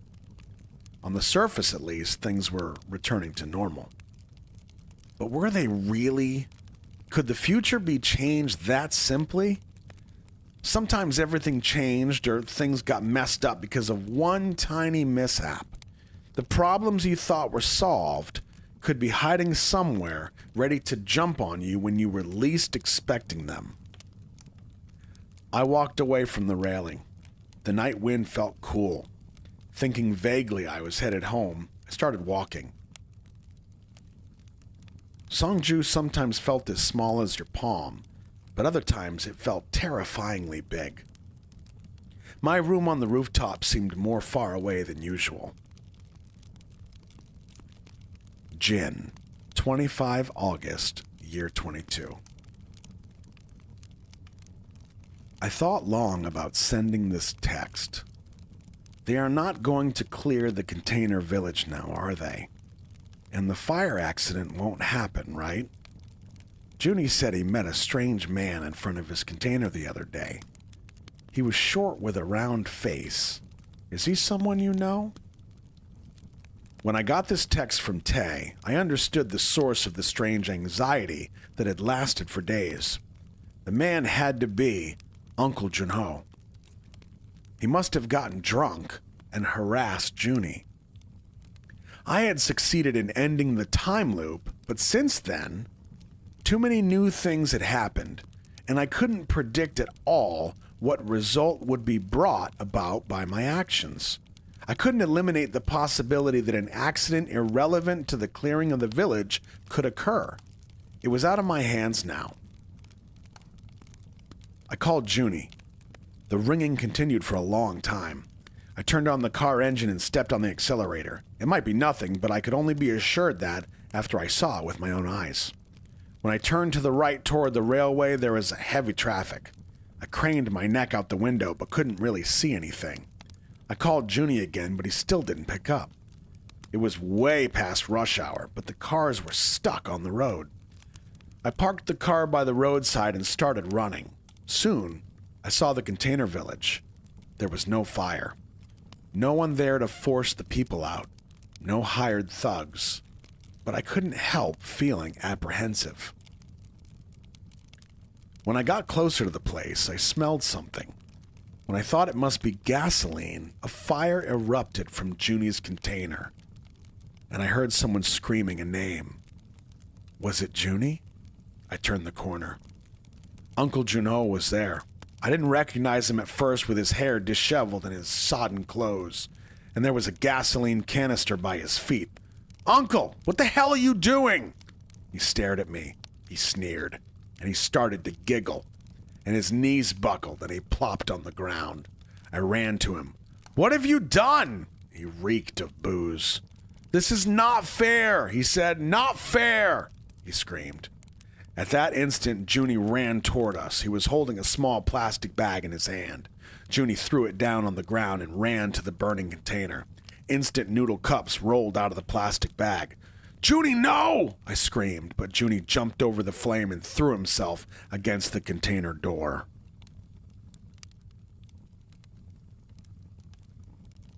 Junie, 25 August, year 22. I landed flat on the container floor. Made of iron, the container was filled with so much heat that I couldn't even keep my eyes open. I narrowed my eyes and tried to see. Wu Chang was there. 10 minutes ago, I'd left, saying, I'll go and buy some instant noodles. I turned toward a coughing sound, and Wu Chang was all curled up in the corner. Wu Chang, are you okay? I took a blanket and wet it with a water bottle, and I covered Wu Chang with it. Pointing to the door, I told him, You have to run to the door. Wu Chang, you could do it. But the door was soon surrounded by huge flames from outside. I gripped Wu Chang's hand. When I say 3, you run to that door. 1, 2, and just then, something toppled down in front of the door. The construction materials that had been piled up next to the container. The flames rose high in the midst of dust. Scared, Wu Chang and I stepped back. We had no exit. Clang, clang! I turned to the sound and saw Jin through the window. He was trying to pull off the security grill. I stepped on a chair and with the wet towel wrapped around my hand, I tried to push out the window. The wet towel sizzled when I put my hand on the heated window frame. Outside the window, Jin was trying to pry out the grill with a stick. I coughed from the smoke. Because of the heat, I couldn't breathe or keep my eyes open. Finally, there was enough space for Wu Chang to escape. "Jin, be careful!" I threw Wu Chang through the window to Jin, and I had no strength left. The container was filled with smoke. I heard the sirens coming from afar. After taking a couple steps back, I collapsed, and I slowly blacked out. Jin, 25 August, year 22. "Judy!" I called him, but nothing. "Kim Namjoon!" I couldn't see the inside of the smoke-filled container. "Hang in there, the fire engine's coming!" Nothing. I tried to pull off the grill and call out Junie's name at the same time. The smoke was everywhere, inside and outside the container. Boom! A metal ladder toppled down on the container. "Junie!" I screamed his name again. It was then that Junie stuck his towel-wrapped arm through the window. I clutched the window frame and pulled it as hard as I could. After pulling it off, I held out my hand. Junie grabbed it. I gave it everything I had and pulled Junie out. "Here!" someone yelled. The paramedics came running with a stretcher. Junie, 25 August, year 22. When I opened my eyes, I was lying in the middle of the road. I saw the leafless trees and the white sky above them, and huge snowflakes fell. I sat up, and I saw the white chalk mark of a person where I had been lying. How did I get here? I looked around. "Why are you here?" I turned to the voice, and I saw Jong-hoon sitting on his scooter. He didn't look changed at all. "Why are you here?" I asked, but interrupting me, Jong-hoon pointed to the back seat of his scooter. As I got up, I felt something sharp in my hand. A piece of the scooter headlight I had left behind. When I got on the scooter, it lurched and got going. The wind was blowing on my face, but soon I felt the hot air. I shut my eyes. "Junie, wake up!" I opened my eyes again, hearing someone calling my name. Jin was looking down at me. Behind him, I saw a white curtain and medical equipment. Only then did I realize I was in the hospital. And the last thing I remembered was grabbing his hand. "Am I okay?" I sat up and looked down at my hands and feet. "You passed out from inhaling too much smoke." I nodded, looking at my unhurt hands and then my palms. "Bye," was what I had heard sitting on the back seat of that scooter. Jimin, 26 August, year 22. I bolted up. I took out my phone and saw the breaking news. Fire at the illegal container village in Songju. Suspected arson. I called Junie, but no answer. When I uploaded the news link to our chat room, a picture showed up. Jin and Junie covered with soot. They looked like they were in the hospital. Everyone's text arrived at the same time. "Are you okay? Where are you? What happened?" Junie replied, "We were at the fire, but nothing happened. We're okay." "You are really okay, right? You survived, yes?"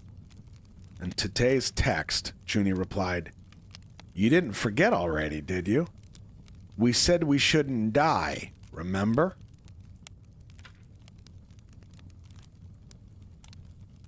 Jin. 30 August, year 22. I came back to my everyday routine, and everything had changed. I had to change too. No, I had to go back to being me. When she saw her diary, which she was sure to have lost, she couldn't hide her surprise. Her favorite movie, places, flowers, and future dreams were all in the pages. They were the things I wanted to do for her. I couldn't tell her I was sorry. Her red diary was between us like an intersection signal. All I wanted was to make her happy and make her smile. And I wanted to be a good person. If I did what the diary said, I thought I could be that person. But it didn't happen that way. The harder I tried to become someone else, the more distant I grew from her. Even when things became so bad to the point of being irreparable, I worried about revealing my true self and her leaving me disappointed. I desperately tried to hide and turn away from myself. As you cannot put a period at the end of a sentence without a subject, after losing myself, I circled around the same place, unable to take a step forward. I know now, the me who fails and blunders is still a part of me. Only when I was honest with myself, no matter how cruel or painful it might be, would I be able to take the next step. I stood up. She didn't stop me. I walked out to the street and took my cap off. When I combed my hair with my fingers, all those hours when I had tried so hard to be someone else slipped away through my fingers. I turned and saw myself reflected in the glass window. The pallid face, pale lips, and skinny shoulders. I looked raggedy, but that was me. I smiled. And the reflection in the window smiled with me. Yoongi, 30 August, year 22. The first fireworks shot up and soared into the night sky.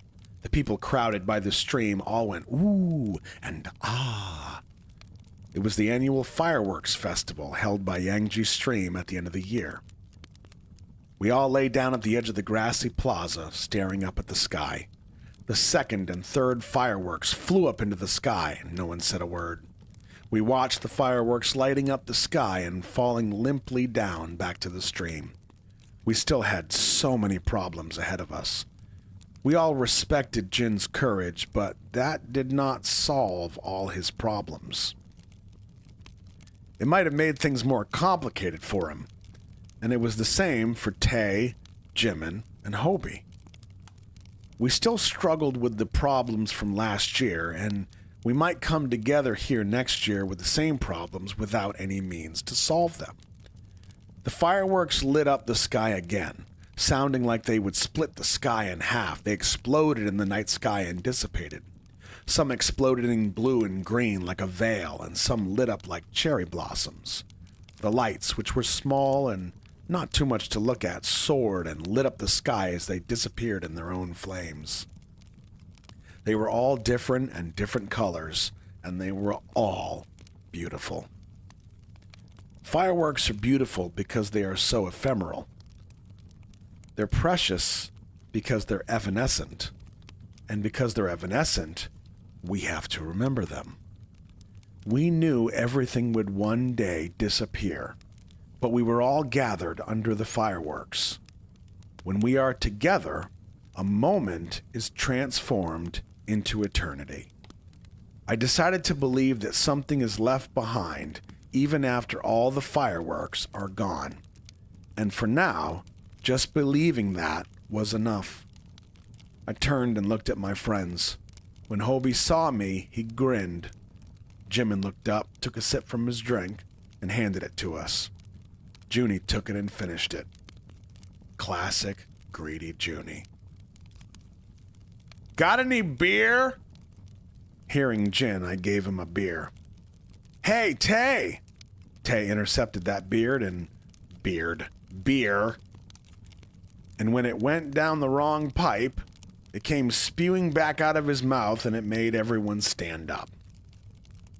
And my eyes landed on Jungkook. He was looking down at his phone. I had received a call from Hobie.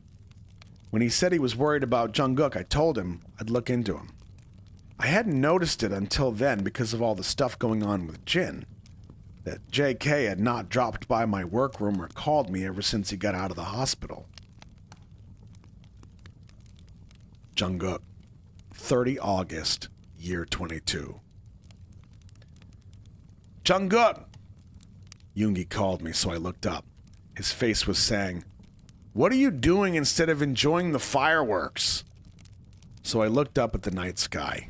After some sound of explosion, the fireworks lit up and soon they were gone. This is fun? They're there 1 minute and gone the next. And when I looked back at the phone, my character had been shot down. I spat out a curse, like JoJo. Jungkook, come and see me at the workroom after school. Let's talk, said Yoongi. If I get time. I spat out my response and started a new game. Boom! Fireworks again in the sky. I pulled down my hood to cover my face. Why had I come? This was stupid. If they could have told me the truth, they would have a long time ago. I felt as if they had all left and I was the only one left behind. I got up. Even if they were to tell me now, nothing would change. If you make a fault, there will be consequences. If you lie, you should be ready to pay that price. Someone called me back, but I didn't turn around.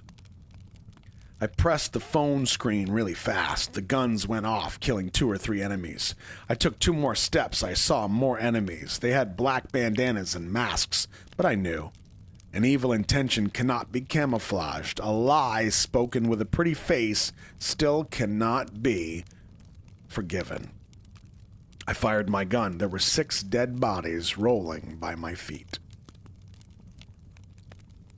Jin, 27 September, year 22. Starting with my dad, the people involved in the redevelopment plan and the illegal dealings were locked up behind bars one by one.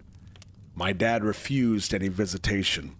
The court-appointed lawyer looked helpless as he told us that my dad admitted to all charges. My dad had not chosen his own lawyer. The police were still after Uncle Junho, who had fled after starting the fire at the container, but they had no clues as to his whereabouts. As he was still a fugitive, I still had to deal with my emotions. The investigation continued, and I had numerous interview requests from major newspapers. I even had calls from broadcasting company producers. I refused everything. Wherever I went now, school or downtown, I felt people's glances, which I knew would happen.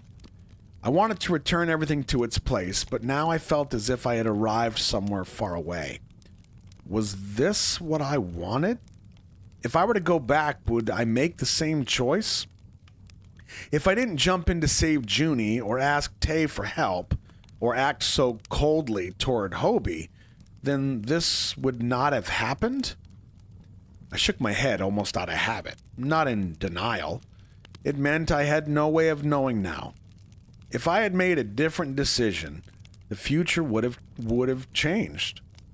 Perhaps there could have been a better future waiting for me. But I had no way of knowing now. I did my best, and I wanted to believe that the future now was the best one possible. At today's court first hearing, my dad admitted to all charges and gave up his right to defend himself. As he was walking out of the courtroom, he turned and looked at me. He looked peaceful and calm, a look that I had never seen before. And for a fleeting moment, there was a sense of lightheartedness in his expression. I watched him disappear. I was seeing that expression for the first time, but I knew. That was my dad's true face. When I came home, I ran to the inner room. I walked in through the half-open door. Dad's notebook from his high school days was on the desk.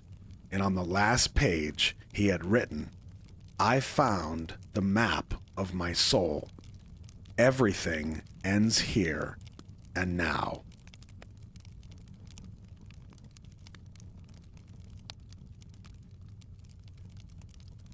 Epilogue. The world turned upside down.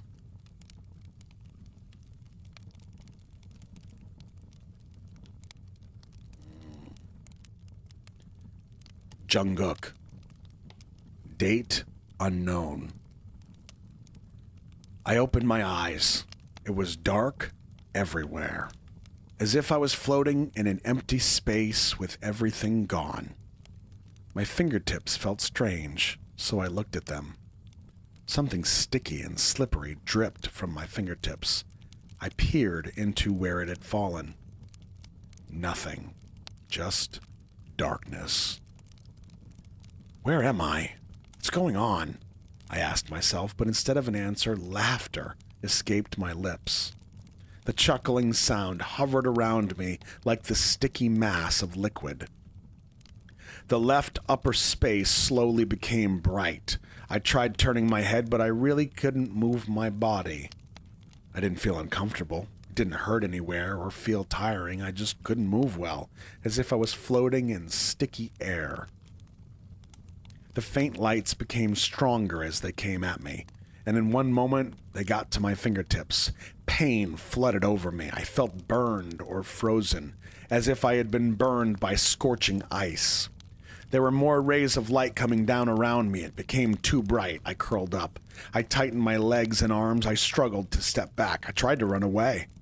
The lights invaded me through my fingertips, my arms and shoulders, and my ears and cheeks. I screamed. But my screams turned into liquid mass and floated around me. I tried twisting my body as hard as I could. It'll be more painful to live than to die. Do you still want to live? I remembered that from somewhere. In the next instant, my vision turned upside down. My body flipped, and so did my surroundings. For a while, I couldn't see a thing. My eyes felt as if a grain of sand was in them, but I saw something hazy in the distance. Is it a light? No, it was much brighter, bigger, and wispy. Floating and motionless, it looked down on me. After staring down on me for a long time, it began to take on a definite shape. It was the moon. I shifted my eyes to look around. I began to see things. I was floating in space. There was a big hole below me, a huge, bottomless, gaping hole. I looked up again. I saw the moon at a faraway distance. I was floating somewhere between the moon and the hole, and suddenly I had a thought. That is not the moon. That is a big hole in the sky. Something was about to begin. Maybe I had been waiting for that. I tried to remember starting when I had been waiting, but I couldn't remember anything. The end.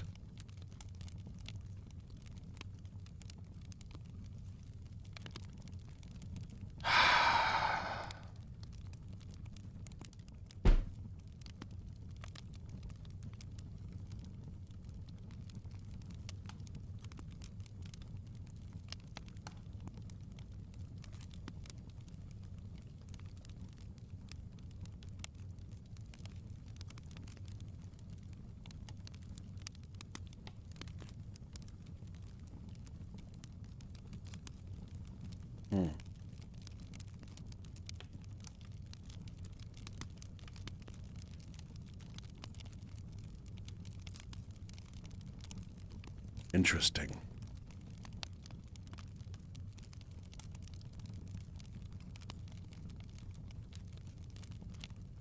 Say goodnight to Chum Chum.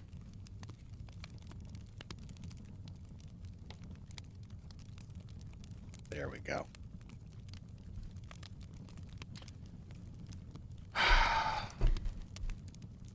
So we have officially, before you say anything, because I know you,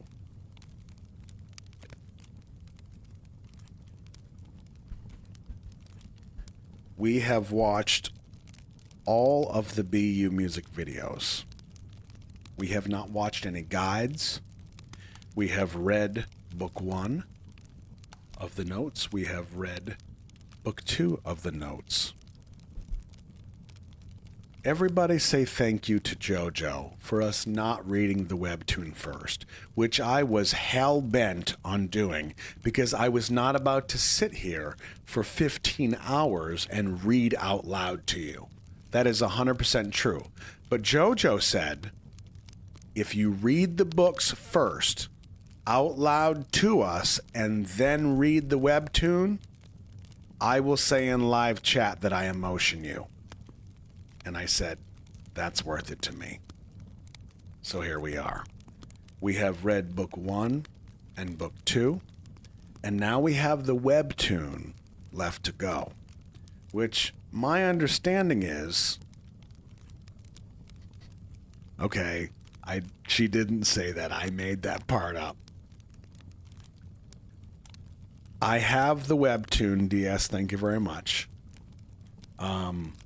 So I have that. You don't need to worry about that. And we are going to go through that. Now, my understanding is that the webtoon, Save Me, will pretty much fill in all the gaps.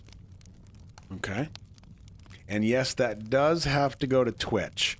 Matter of fact, I think it was Alexia that posted in the comments, yeah, there you are right there. Don't put it on YouTube. Okay? So even if we had time tonight, we don't.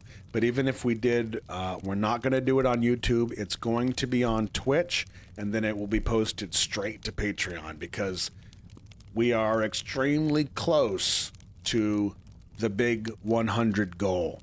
And I am not about to get a copyright strike at this time of the game.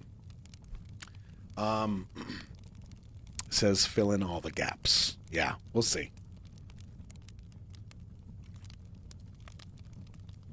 How many of you plan, I mean, time zone dependent, how many of you would like to be there for the webtoon? Which, I mean, as far as I can understand, it's going to be just like this, where I put the webtoon on the screen, and then I'm just going to kind of go through it page by page and then see. Like, I have no idea. Like, I'm not a comic book guy. I don't know how it works. Am I doing puppets? Am I doing... Is it just... We'll find out. We'll find out together. Okay? But I am looking forward to it.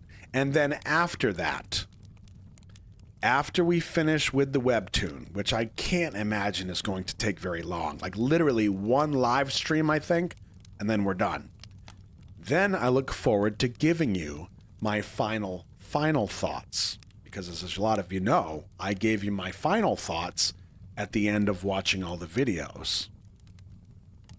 Now we've read the books, we do the webtoon, and then I will give you my final thoughts. And boy, do I got stuff to say. It's going to be great. You think it's going to take longer, Joe?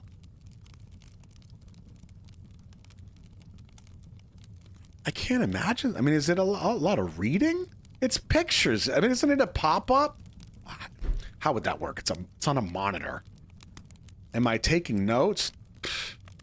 Come on, Tay-Tay. Look at his brain. It's not even a 4-head. This is a 5-head. A big brain. It's reading and pictures. Okay. Yeah, I mean, anything's possible. It could take us more than one stream. But as of right now, because we were able to finish this, and I'm glad we could, because tomorrow is Friday, there is no live stream tomorrow. I'm fairly certain, like, there might be a Sunday morning Killing Voice stream, but yes. But Saturday day, like midday Eastern Standard Time, maybe noon or something, 1 or 2, somewhere around there, is when we'll do a live stream. And if I can nail down maybe a couple hours, we'll try to do the webtoon there. Okay?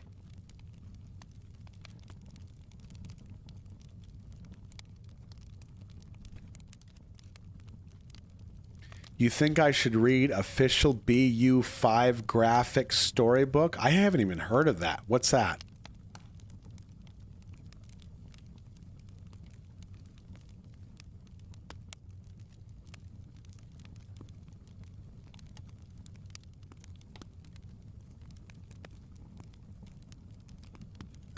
There's plenty to dissect in the pictures. Thank you, Betsy.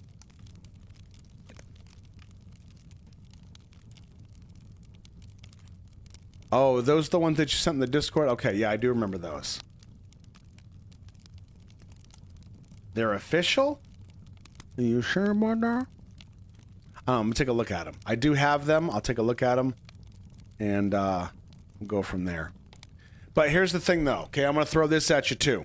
I know you mentioned the BU stuff that's coming up. The what is it? Begins Youth, something like that. A bunch of you said it. Begins Youth. Okay, thank you, Isabel. Is the series that is either just now starting or is already out? Like it's out in its entirety and it's done? It's 4 episodes in. It's still going. 4 episodes every week. Does anybody know how many episodes are intended? Is this going to be like a 36 season? It's going to be like the next Survivor? 12. 12 in season 1. That's how they get you. BU Survivor, starring Roscoe and the Couch Crew. This Thursday at 9, 8 Central, watch Roscoe form a loincloth with a leaf.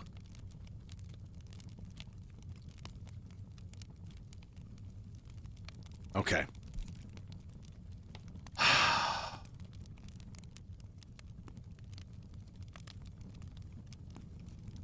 Wait a second. So if the webtoon fills in the gaps of the current story, then Begins Youth is a continuation of the story?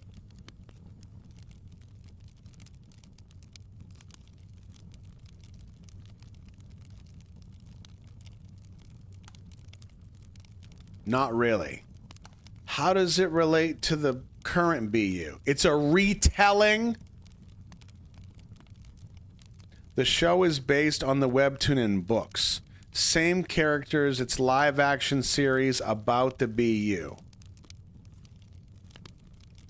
Just trying to make sure I understand this.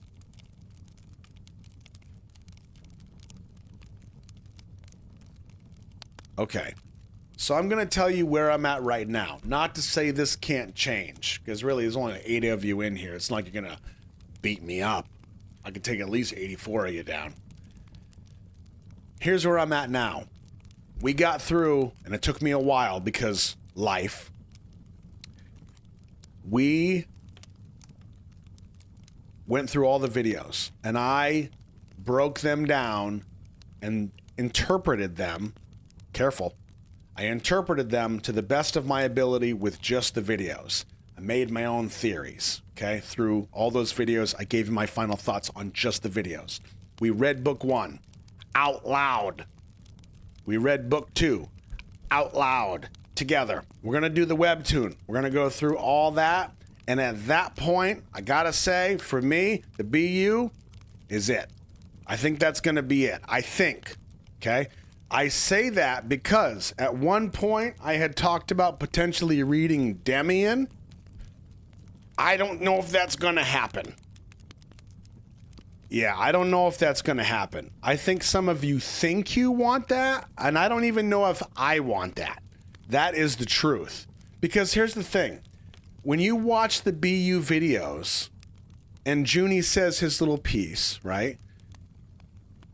Some of you will start to put, and me too, like you'll start to put pieces together, right?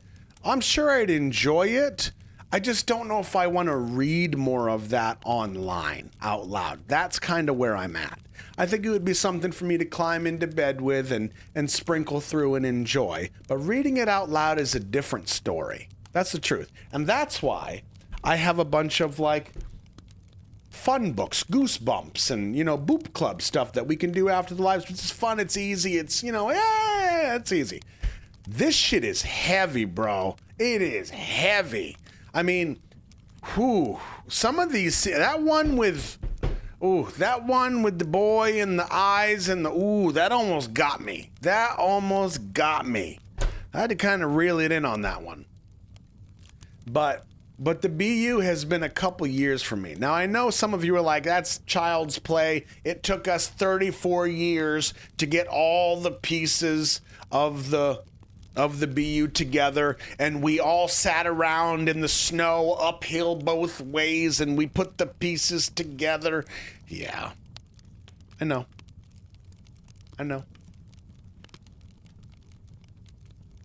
But once we finish with the webtoon and I give you my final thoughts, I think the same way that the webtoon fills in the gaps for the BU storyline, I think my final thoughts will also fill in some of the gaps on why you might see that I might have to just kind of close the door on the BU after the webtoon, right?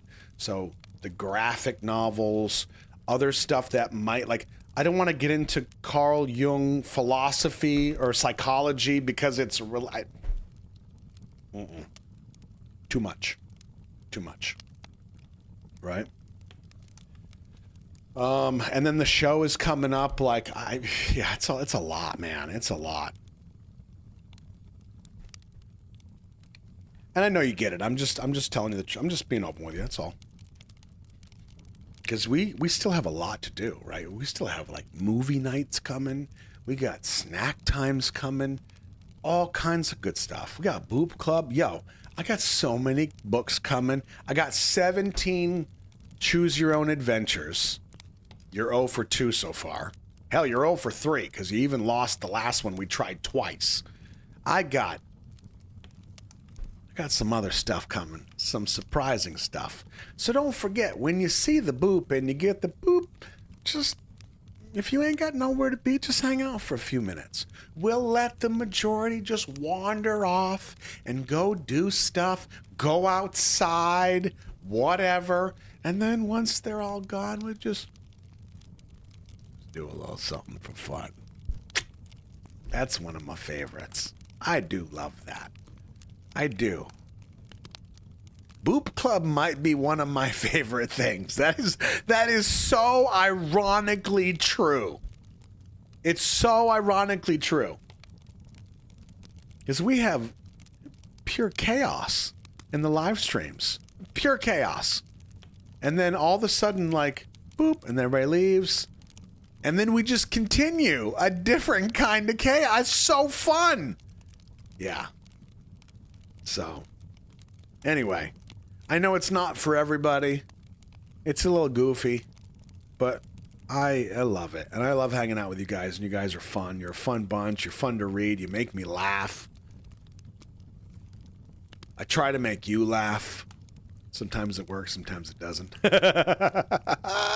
Yo, that might actually be true, Tam. I've read more books with you than I have in my entire life. I mean, rude, but kind of true. Yeah. Yeah. Jeez. So funny. All right. My last thoughts for tonight. Yeah, I'm a bit of a reader now, thanks to you knuckleheads that I just adore.